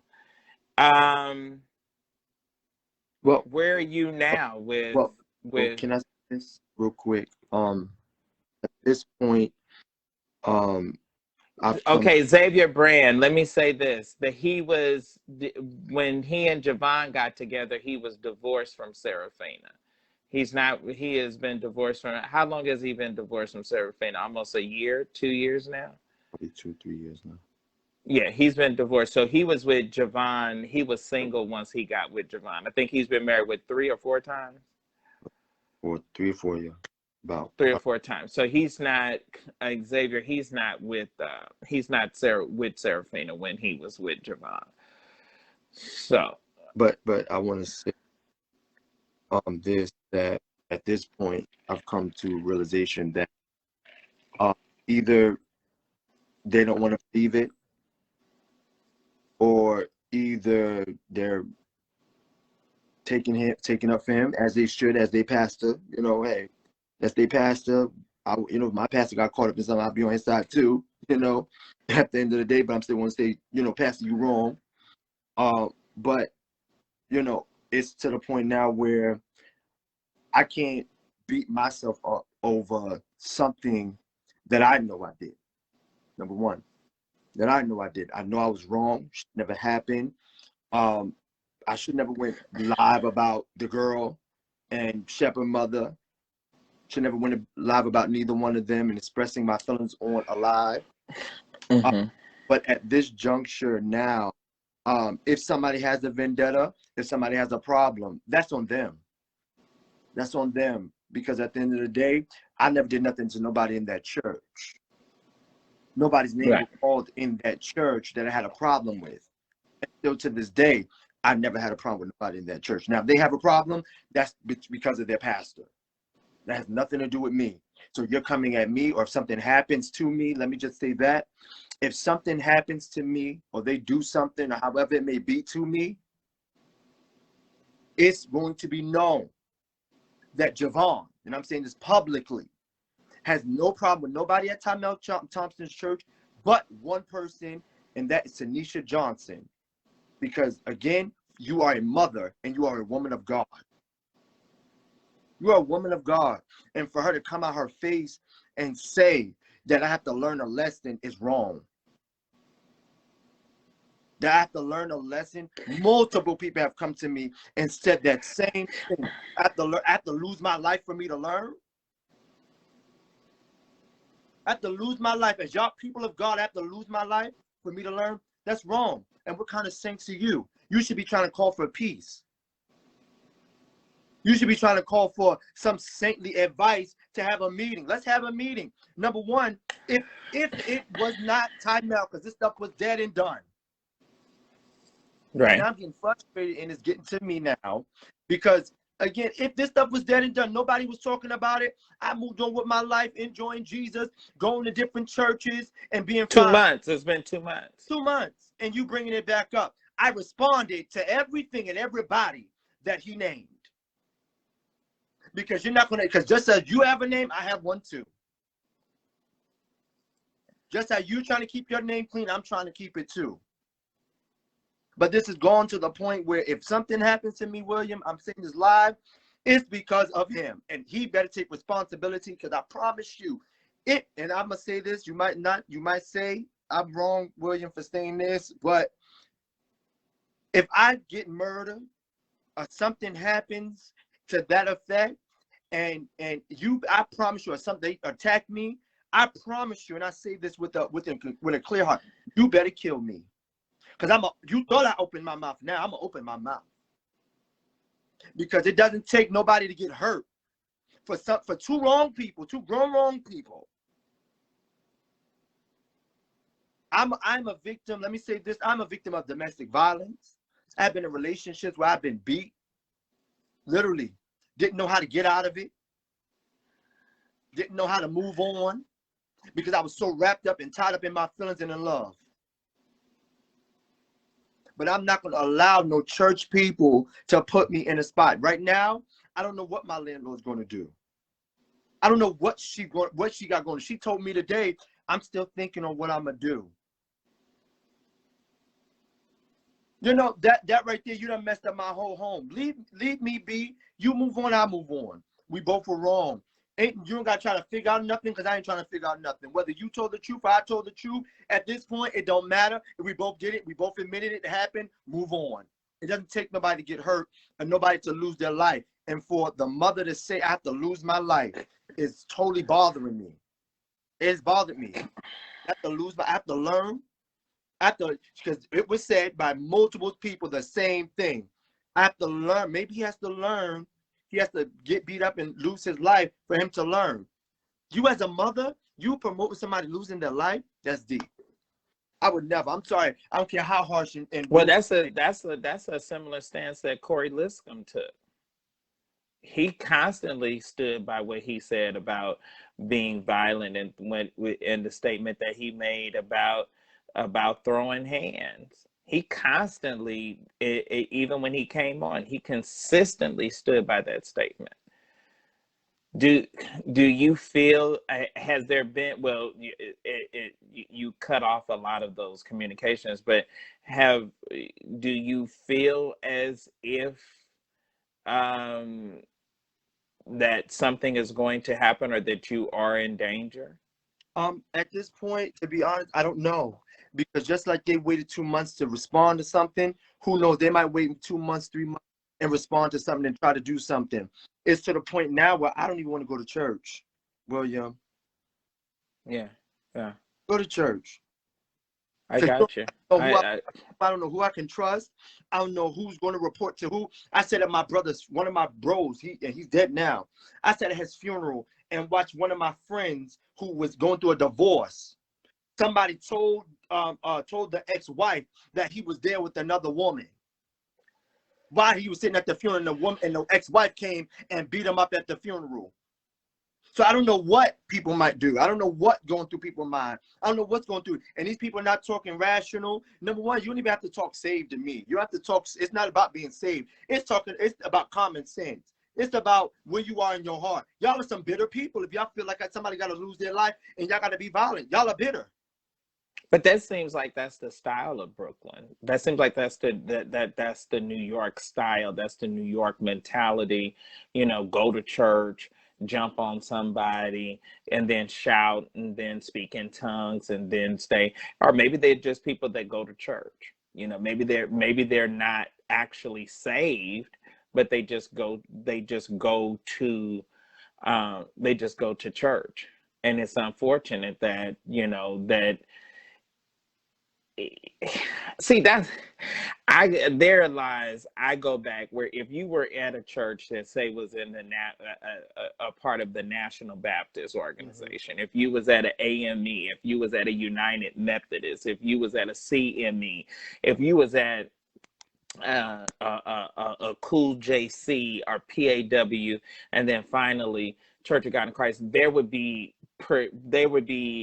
provisions in place for you to file grievances, for you to make church leadership aware and know, and ways to. This is the part that is unfortunate about Renegade and what I talk about off brand. When people say, that I sound harsh when I say that. Now you're at an independent man's church that can say what he wants to, behave in whatever kind of manner that he wants to, and preach today, and still have service, and you don't have anybody that he's accountable to, so that he can run amok and he can be renegade. And so I just think that the whole thing is beyond. It's beyond. And this idea of them wanting some get back. What happened to that the Lord, vengeance is mine, saith the Lord? Where is this idea for church and people that's supposed to be saved wanting get back and wanting retaliation to harm you? They want to harm you because because the pastor chose to be with you, because he chose you over. And then you're going to have, let's just be real, you're going to have people that are right now jealous of you and mad and hate you because you were the one. You're the one to know what he looks like naked. You're the one to know what his body responds and how he responds and does things. And they wanted to be that one. Male, female, in between, confused, otherwise. And they are going to latch on and hate you. Just like it's a lot of people hate me because they're not bold enough to be themselves. They're not bold enough to sit in the same seat. So they just will hate because they can't do what you have been able to or have the opportunity to do. Right, but it still goes down to, if you know something, it goes, and this is how I know that these people are living in a land. Number one, they're not on earth. They're not living in a rational mind, because your pastor doesn't have a good name here anyway. And that comes from all over New York, not just Brooklyn, but all over New York. He doesn't have a good name.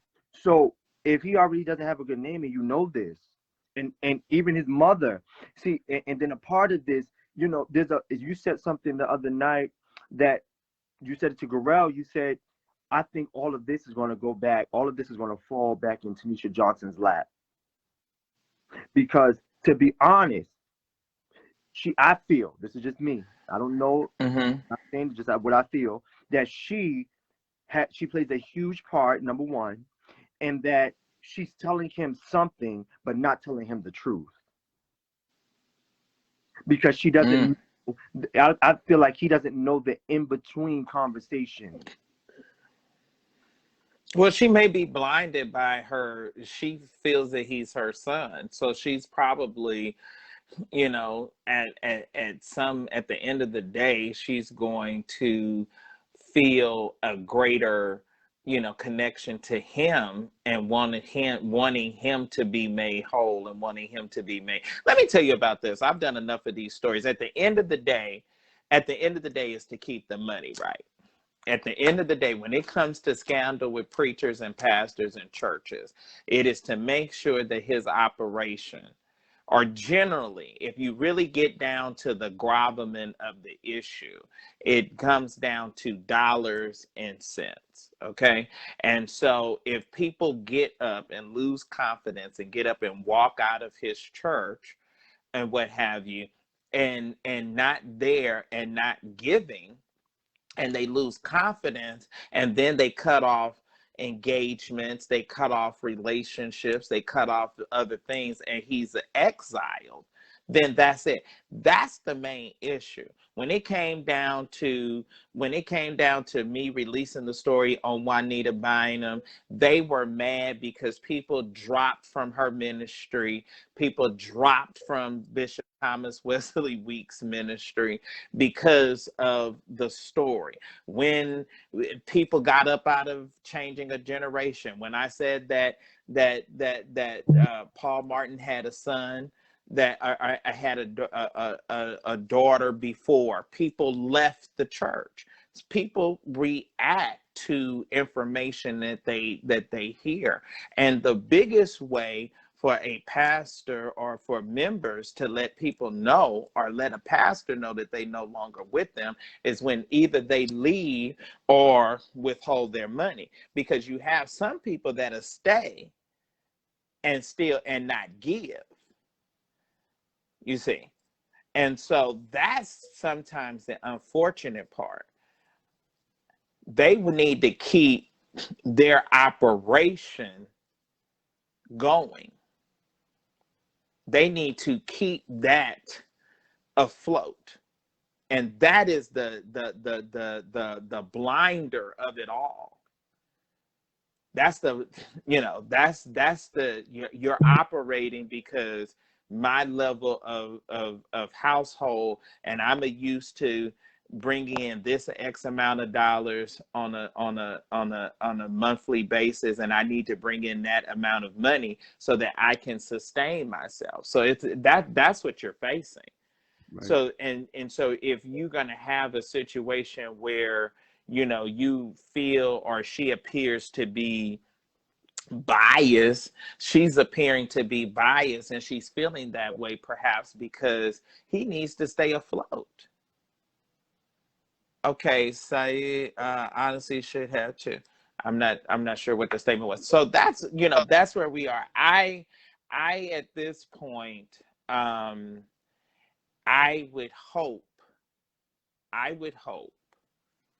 that no one would put themselves and anybody that they say or claim that they love or like, life, either physical life, when I say, and I'm talking about being alive, or their life in jail or going through. You just talked about all of these lives, all of these discussions, the blog.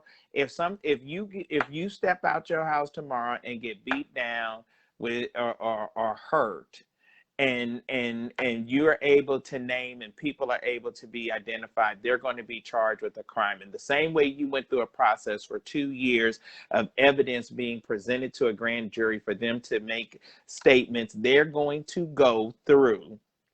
A DA is going to go through the timelines and give accurate, detailed information. So now, if Michael Key loves and has an affection that great to them, because see, it's different. See, I would have been outside. I would have, I would have been outside. I would have been outside. Oh, you here? Oh, okay. So what?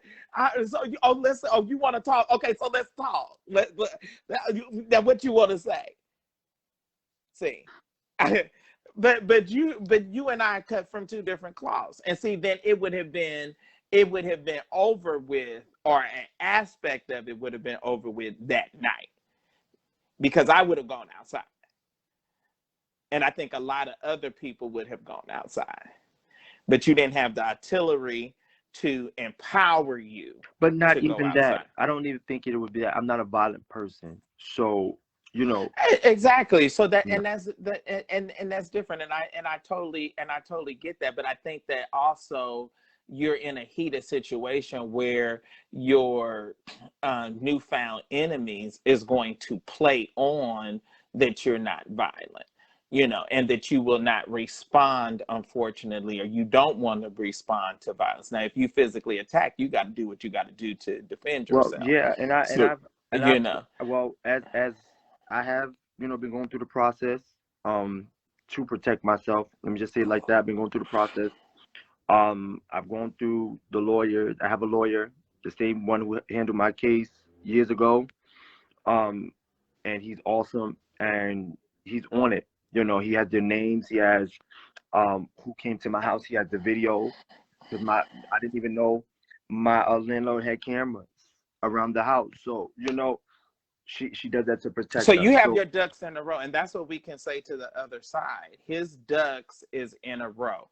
And if there's any inconsistencies, just to say that he's lying is not enough. He has said what he has said, and then he has presented evidence to support.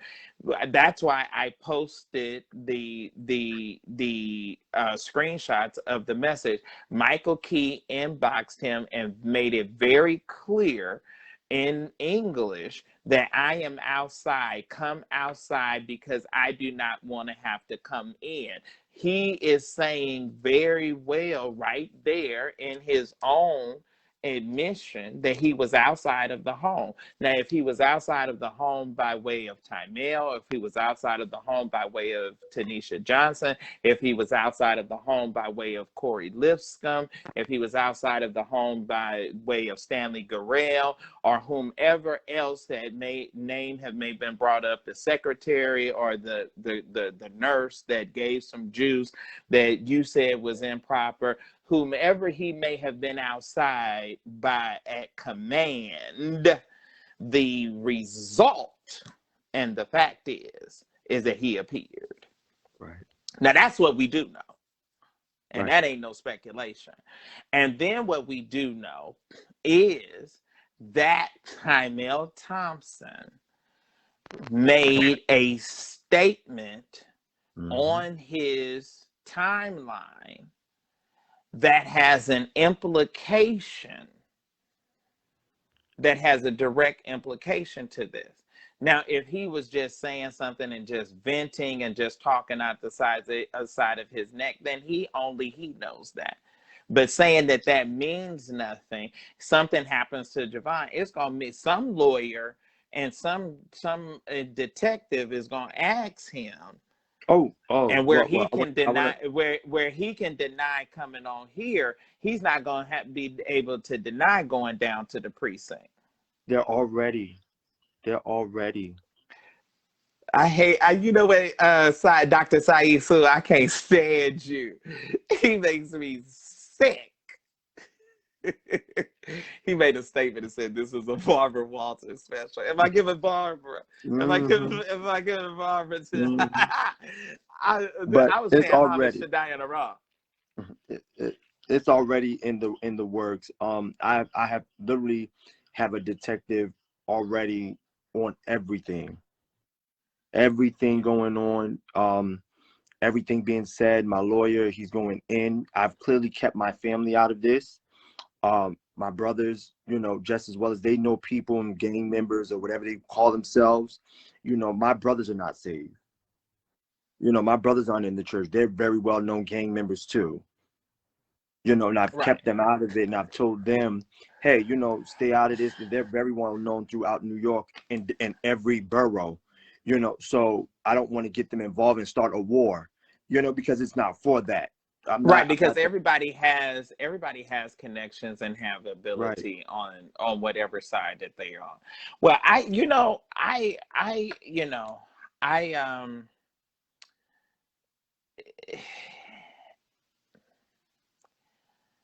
I just I'm beyond words because I really hate it. I don't want I don't want you in a situation or any person that has come on my platform and that I've done a story about.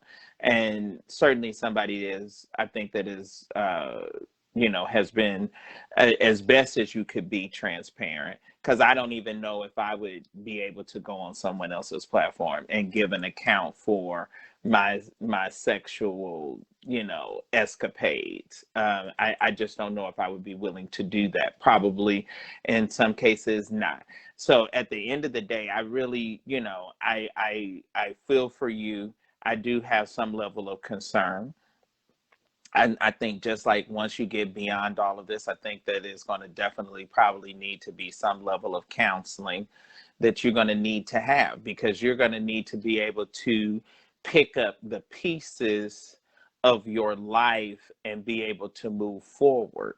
And what does moving forward look like?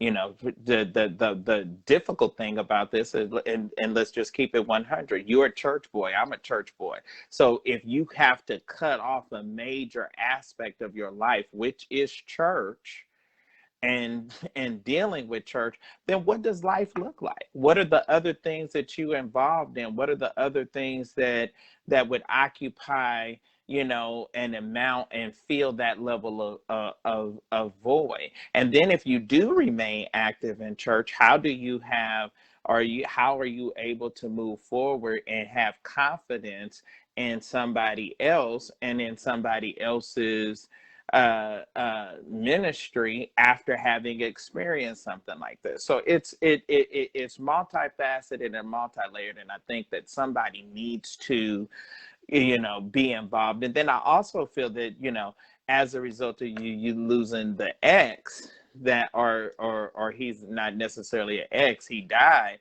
As a result of that, I think that that's unresolved, and I think that not being resolved and you're not being properly healed from that is how you was able to get swept into something else and get swept into this,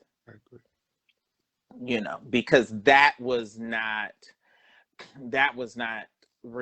resolve was not there.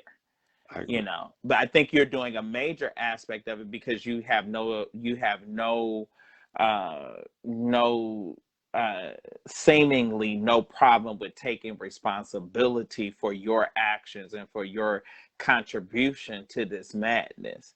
Now why you contributed to it, or what was the reasons that you allowed yourself to be in a place to contribute to it is two different things. But you are taking responsibility for it, and that's the steps into the right direction. So it's going to be difficult. I don't know. I don't think it's going to I don't think this is going to cut off. I don't think that there's an end to this. There's a remedy. Oh, there is a remedy. There is a remedy, but um, it's not going to just stop. Right. I don't think it's going to just stop the way the way that you would want it to. It's not. It's going to, some of it you're going to have to outlive and deal with it. Some of it you're going to face, but it's not just going to cut off. It's not going to cut off for you. It's not going to cut off for him. 5 years from now, someone is going to see this or remember this and say, hey, oh, you the guy, you the guy that was on Sir William. You know what I'm saying? So that's going to happen. And just like that's happening to you or going to happen to you, that's going to happen to him as well. Well, I agree. Because I go through it still to this day, even with the one that died. So I deal with that even to this day. So I get that. But as I told Michael Keys the night that he did the live, I said it was no point of him doing a live and calling all those names and making accusations when all he had to do, if it bothered him so much, because that's what Michael Keys told me, it bothered him and it was, he was clearing his name and all this stuff. I said, well, all he had to do was call a meeting. He has a whole church. He could have called, I could have brought who I need to bring or whatever. And these people are crazy. I am laughing at Saeed. I'm not laughing I know, at no. you. I'm looking at the comments too. I'm looking at the comments. I'm looking at the comments too. So I guess I have my Oprah hair. Yeah, you giving it tonight. If you had a fan just blowing, you fierce tonight. Well, well, thank you. So yeah, he's going to relay. I think that Michael has some unsettled issues with me as a result of the story that I did on him, and I'm not going to stop. I think that we have to face these harmful and hurtful truths. We have to examine this. We have to deal with it. Right. Why is this happening? Why is this a perpetual behavior? And I think we contribute to it. I think that we in Black church, I think that we esteem our leaders too highly. I agree. I really do. I think that we put them up on such a pedestal and in such a place where they can be corrupt, and it almost breeds them to be corrupt, because you can come and you can be this Jim Jones and you can have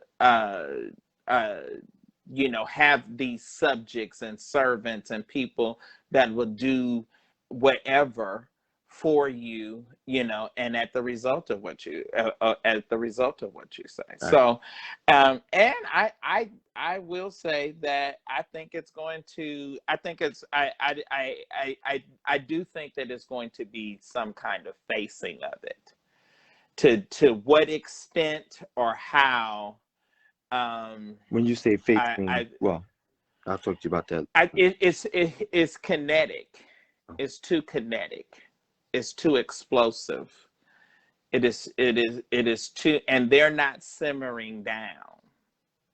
They're not simmering down, and they don't have anybody that they're subject to or that they have enough respect to simmer down. There's no big mama in the play that can come in and say, y'all need to stop this. Y'all behinds need to stop this stupid foolishness. They don't have that. And so they don't have that. And then the people that you're expecting them to say that is not giving that advice. Right.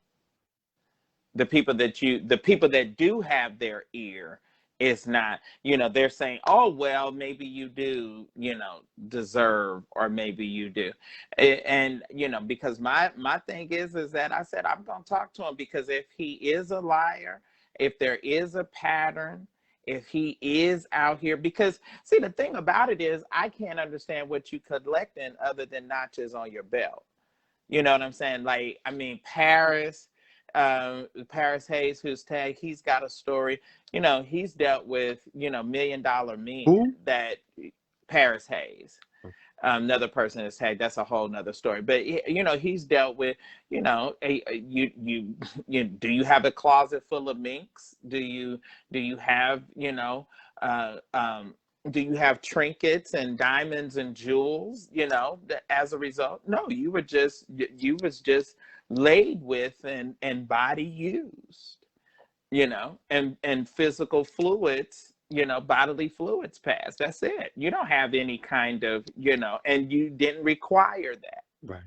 You didn't require to be a kept boy. So some of these other guys, at least you know, I got a $20,000 whiskey mink out of the deal, or at least I got, you know, a Rolex watch, or, you know, but he can't even say, he can't say that you was a gold digger. He can't say, you know, he doesn't have, so why still be so visceral? But And who are these? why, But with the question I want to know, who are these preachers that if I had this pattern, who are these preachers that I have this? well, I guess you're a pastor that died. I guess the pastor that Well, died, I've heard somebody say that. they're implying Zebedee or Zebediah. The direct implication, I think, is that you know that it must have been or could have been something improper with Stanley Gurrell. So those are, I guess, those are the patterns, and then whomever else you may have referred to as daddy, or in some kind of you know, pop dad But kind Tamel was my of thing. pastor. He wasn't my father. He was my pastor. Tymel was your man. Tymel was somebody that you was having yeah, sex with. but to say, to say that Well, just but I want you to call it what it is. Well, okay. Well, to Okay, imply he that was your piece. yeah. So so Okay. to imply that Now, I'm somebody that whoever I call daddy or whatever, I'm sleeping with him. Far from but that's gonna be, you know, that's gonna be the remnant of what the street committee is gonna say. Anybody that you call, anybody that you call, you know, because that's what they do. They call them daddy when they screwing them, don't they? I don't. That's You not my. probably called them. Did you call him daddy when y'all? That wasn't. Oh, okay. Well, I mean, I just you know. Look, y'all know I make it plain. So now y'all know y'all was calling. Was he calling you daddy when he was laying at your feet? Oh, okay. He was calling you something. But He wasn't speaking in tongues. I agree with it all, but he might have been using his tongue, but he wasn't speaking in tongues. But y'all don't like this kind of teaching. Y'all don't like it. But y'all also, don't like it. also, I want to say again, me coming on your show, me speaking with you, was not to get back in no time out. It wasn't to start no friction. It was to clear my name because he brought my name up in a live. We responded. Because according he did his on Monday night, and we did ours on Tuesday. Right. Lord, my aunt is on here. Jesus, fix it today. Who is your aunt? Guadalupe Robinson is on here. Oh, Jesus. That's my auntie. The saints and that woman right there, that woman. The saints have assembled. That woman of God right there, she can tell you, because she's known me all my life. And I'll give you her number. I'll let you can speak to her. Matter of fact, with her permission, she'll tell you what type of, she knows everything about me. Everything. She's known me since I was a baby. So, and she's one of those people, she ain't gonna lie for nobody. She's like you. That's it. She like we gonna tell the truth. She gonna tell the truth. We gonna tell, and she gonna whether you like it or whether you don't like it, she gonna say and cuss you out too while she's saying it. That's right. But she's real, right. And that's one thing I love about her. But and that's what that's what you appreciate. You don't appreciate it then, but at the end of the day, right. You appreciate somebody that's gonna tell you the truth, and not somebody that's gonna tell you what you want to hear and get caught up in your fantasy and your delusion. Right. See, I'm not delusional. I'm very clear, and this is indicative of what is going on in our churches, and we have to examine it, and this is going to have to be snuffed out. This is going to have to stop. This is going to have to stop. This is going to have to stop. We are going to have to put a stop to it. This touching and molesting and using people and breaking and breaching your fiduciary duty as a pastor and a leader in the community, because people have faith and confidence in you, is going to have to cease. He said he got money. Have him a piece on the other side of town. Get you a Puerto Rican boy, get you a white boy, get you a Jew boy, somebody that don't even go to church, that don't even have any kind of realm. And then you can play, you can have sex, you can do all that you want to do with them. Or screw somebody that got just as much to lose as you do. And then I never dealt with anybody in between the one that died and up until now, up until time now, I never dealt with nobody in the church. So, they can't say Right. that, oh, you dealt with so this and that. No. But as far as I'm concerned, this is dead. This is over. They got whatever they doing, do it. But I'm here to tell you, if something happens to me, you Yes. guys to believe y'all better. Well, and I'm gonna be on it. I vow that I'm going to, and just like this, I'm going to get to the bottom of it and get to the bottom of the truth. And if I find out that you have lied, woe be unto you. Woe be unto My you. receipts and my Because, proof. because the thing about it is that, if it is, and just like I told you in the You beginning, told when me I the first thing. contacted you, I said, if this is a lover's Yep, quarrel, you did. if this is a lover's quarrel, I don't want no parts of it. I don't want to be involved. And I gave him that same opportunity. I called him, I texted him. He chose not to respond. He chose to remain silent. His remaining silent has allowed other people, as well as myself, to draw their own conclusions. And then when he blew up and he addressed it, then he just like a machine gun, he shot venom Everywhere. across the land. Because in my conversation, I've said he mentioned far more names than what you did. He brought those other people into this scenario and into this equation, and he's gonna have to give an account. I don't He's think gonna have to give an I account. don't think he's gonna have to give an account because these He's people gonna already. he gonna have to give an account to God. Oh, he will give an account. Because after the death is the judgment. Oh, you're gonna give an account. You're gonna give an account for all your deeds. They're gonna play back. And you are going to be judged by the righteous judge. Oh, you will be judged. You will. Now, you may not necessarily, and trust me, in the day and time and atmosphere in which we live in, you're going to give an account here. Mm-hmm. It ain't taking no long 20 and 30 years for prophecy to come to pass. Stuff is going down within days, within moments and minutes. Somebody come over there and shoot up that house. Somebody go over there and shoot up his church. Oh, you're going to give an account. Oh, yeah, you're going to give. Just like I said, there is a remedy. You may not like what the remedy is, but there is a remedy. That's true. Just trust and believe. So that's just where I am. I hope that they understand that their silence, and trying to perhaps portray or control a narrative is not the best. We live in an information world. We live in a world where you can be raw and real, where you have information at hand within moments, within seconds. I'm in Atlanta, you in New York. We're on live right now, to whom streaming, to whoever wants to chime in, whoever wants to see. And this will go on and play and what have you. People are screenshotting it, people are screen recording it, and it is being and disseminated as we speak. Well, I That's want to how say this information too. is. My Yes. lawyer also, and then I'm gonna let you go. My lawyer also Okay. wants to put this on the news, put it on Channel 2 News about the threats and the people showing up at my house. He said because You should we do a have press to. He conference. said You should do a press we have to conference. protect, and he says he sees this stuff many a times. And one thing, and I was like, whoa. And he said, well, I'm thinking about it. And I told him, I said, I really don't want to go that far, because this doesn't cause for it to go that far. But he also said to me, it does.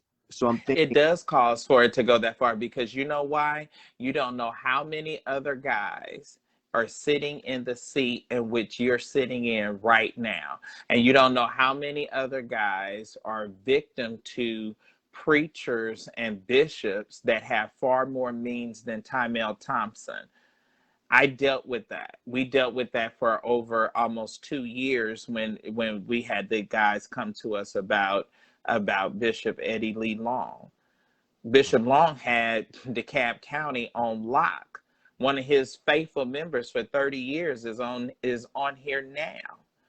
And still to this day, we're friends, but still to this day, they struggle with believing that this man that they call Bishop and that they loved and learned and gleaned and got from God, or got messages of what they thought was from God through him as a vessel, have a hard time rationalizing and coming to the resolution that this man, a so-called man of God that I loved, was a pedophile, was Dick Tracy, was going up and bending boys over the desk and screwing them in between service. Oh, you don't like it that took Spencer LeGrand to Ackerland, Switzerland, and ate his behind out for his 18-year-old birthday. Laid him on the bed and spread his legs like a football goal and went down with that same tongue that he spoke the word with. Y'all don't like this kind of teaching. That's why I'm hated and despised. So how many other bishops and preachers are doing that same thing? And if you a little boy and your mama's a dope addict and you live with your grandma in the projects, and Bishop Long roll up with his Bentley and say you can drive it, and giving you money, and then when he decides that he want to play with your body, you're not gonna submit and be overwhelmed and taken, and even though you may know it's not right and don't feel right to say yes when you should be saying no, no, no. He took Anthony out of his whole house and moved him in the house with his deacon so that he could go over and screw him at will at any time that he wanted to. Y'all forget 1 Corinthians 5. 1 Corinthians 5 said, take that boy's flesh and turn it over to the devil that his soul might be saved. It might be in your coming out and being exposed that is going to save your soul, not your life, but your soul. Well, he want me to get on national television, and he's he got to go. Let's call Tamara. Let's go. Let's do it. I'll call him. That's anything for a new outfit. You just can't go without me. That's all. But anything for a new outfit and some new hair. Yeah. Well, yeah, I'm ready to go. Where we going? Where? I'm gonna call him tomorrow and set it up. I'm gonna have to make sure my makeup and everything. Now you tell him I need a budget for wardrobe and hair. I'll let him know. No, I'm just being. No, I'm letting him know all of this stuff. But I'm gonna go. In all sincerity, that's the extent of it. That's the extent of it. They laugh at me. But that's the extent of it. That's where this grows. We had right here in Georgia, they don't like to mention it. We had Bishop John Dale Husband. Bishop John Dale Husband died with full-blown AIDS, and a lot of the guys that was here that he gave AIDS to. And I told them, all of his staff and his administrative assistants, they gonna have to give an account. They knew he was having boys. You're gonna have to give you're gonna have to give an account. And it's unfortunate.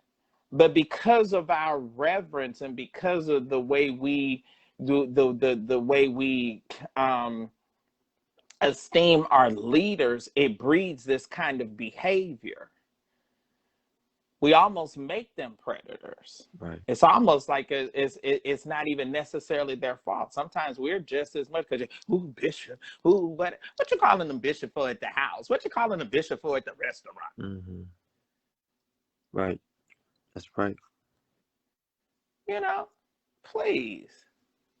So anyway, we said our piece. We've been on. It's almost 2 o'clock in the morning, and it's been long enough. Y'all have been watching. You get you some rest, and we'll convene.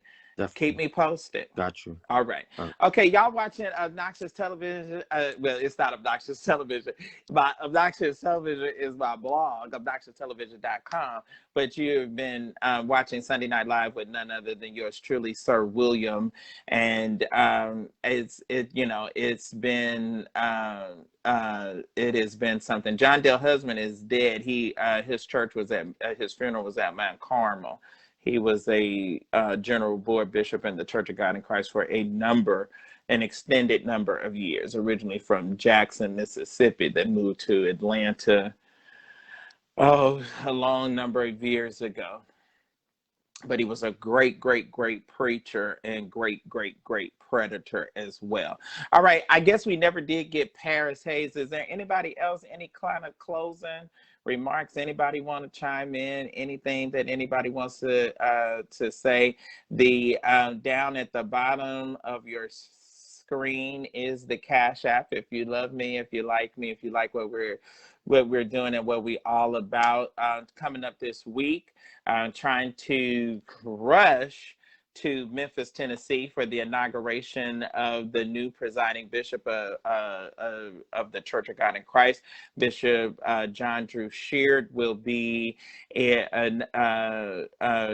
installed, and his inauguration will be on next Wednesday. On Tuesday, his inauguration in the general board will be on Wednesday. On Tuesday will be the class of bishops, of jurisdictional bishops for, I believe it's 2021. They will be consecrated and have their consolatory services on Tuesday. So we're trying our best to make sure that we will be there so that we can cover those historic events. So exciting. There is a new day and a new dawning and a new horizon. And so we definitely want to be there. So anything that you can do, $5, $10, $100, $500, anything that you can do to support and help will be greatly appreciated. So yeah, yes, they will convene. There will be a convening, to my understanding. Not at this meeting, but yes, the chairman of the General Assembly is in charge of the consecration next week. So there you have that. Paris Hayes is personality in Atlanta, popular. You can click on his page and see he is being sued. The same guy is Jimmy something, Jimmy Lights or Lettuce or something like that, that sued Candy Burris. He's a caterer, party and event planner in Atlanta. He is suing and has come public with some very disparaging remarks about Paris. Wanted to have Paris on. He talked to me about it today, and he did a live in regard to that. I want to say this: Happy Father's Day. Hope all of the fathers that are on that you had a good Father's Day on yesterday. Want to also say, fathers, be fathers to your children. And I'm going to say this, because this happens in the Black community far too much. Men, don't have had, even if you had a bastard child, don't spend more time with your current wife and fathering her children more than you do your children. Does that make sense? Don't father especially those of you that have Brady Bunch and Fuse families, don't get with your new woman and take on the responsibility and the role of being a father and father figure for another man's children, and your child is on the other side of town, and just because you don't like his mama and you don't get along with his mama or her mama, then you let that child fall by the wayside, and you raising and spending more time with somebody that don't even have your last name. So I just, I think that things, especially the whole family unit, has gotten very, very convoluted and very complicated. And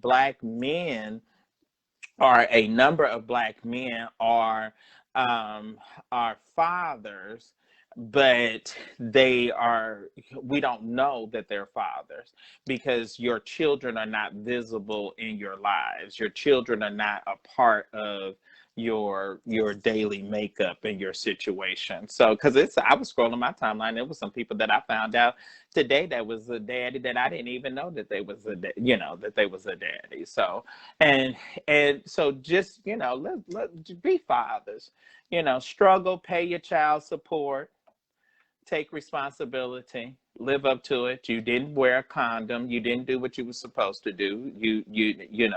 So now that you have to, do what's right. Do what's right. So I thank everybody for listening. Thank for everybody for tuning in. Like and share, like and share, like and share, all that good stuff. And the Cash App, amen. Definitely I don't know if there's anybody that was listening or anybody that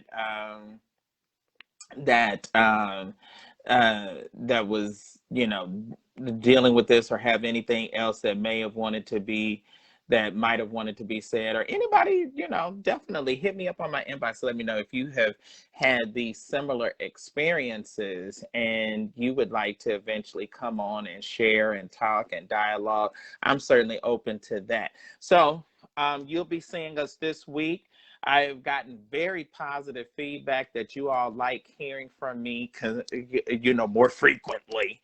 So y'all put pressure on me because that means I got to try to, look like Sir William a few more times during the week and all of that good stuff. Okay, so big shouts out to all of my folks that like and support and all of that.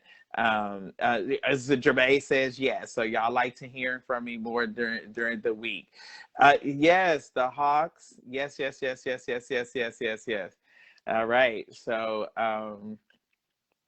we are, y'all, we love sports over here. We are in playoff season. They are playing some serious ball.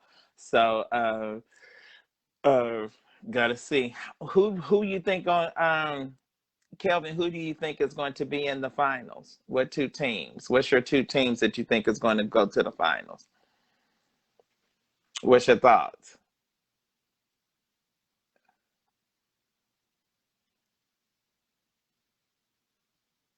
Okay, I'm not seeing a response.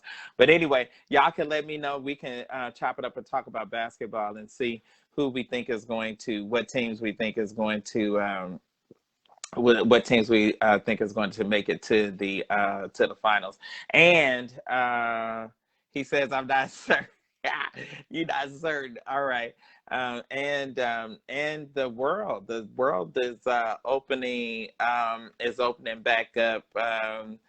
Um, I got to see. I'm like you. I'm still on the fence a little bit. After I look at the scores and who played, I still got to find out. I saw some of the Milwaukee. Oh my gosh. The Milwaukee game. So I don't, and that they were battling. Playoff ball is just such good ball. But so I got to see. I'll listen to the radio show tomorrow, and I'll tell you on that. Also, oh, okay, you want to talk about post-pandemic trauma? Okay, that's a good one. That's a good topic. I like that. Post-pandemic trauma. Yes, I'm sorry, the Bucks. Yes, yes, yes, yes, yes, yes. All right, y'all. I am going to jump. And Dr. Sewell, you definitely you send your offering, uh, the Reverend Dr. Saeed Sewell. I know I'm gonna get told off in the inbox with that one, but no, but everybody, I need everybody's help. You know, what they say, what did the girl say? Said I was a beggar or whatever, so I'm begging. Yeah, I am. What can I say? We all do.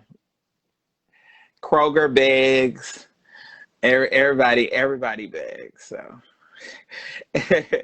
all right, y'all. I'm getting off here. Woo! This has been something. This this this story has been some. It's really kind of been exhausting. It really has. It really has because it doesn't cut off. Jared, Washington D.C. Jared and Jermaine, y'all both in D.C. Do y'all know each other? Y'all both are in the District of Columbia. All right.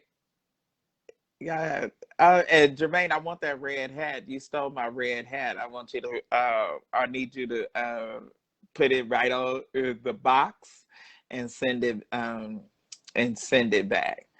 Oh, okay. Oh, y'all don't know each other. Okay. All right. I was just thinking because y'all were geographically correct or what have you.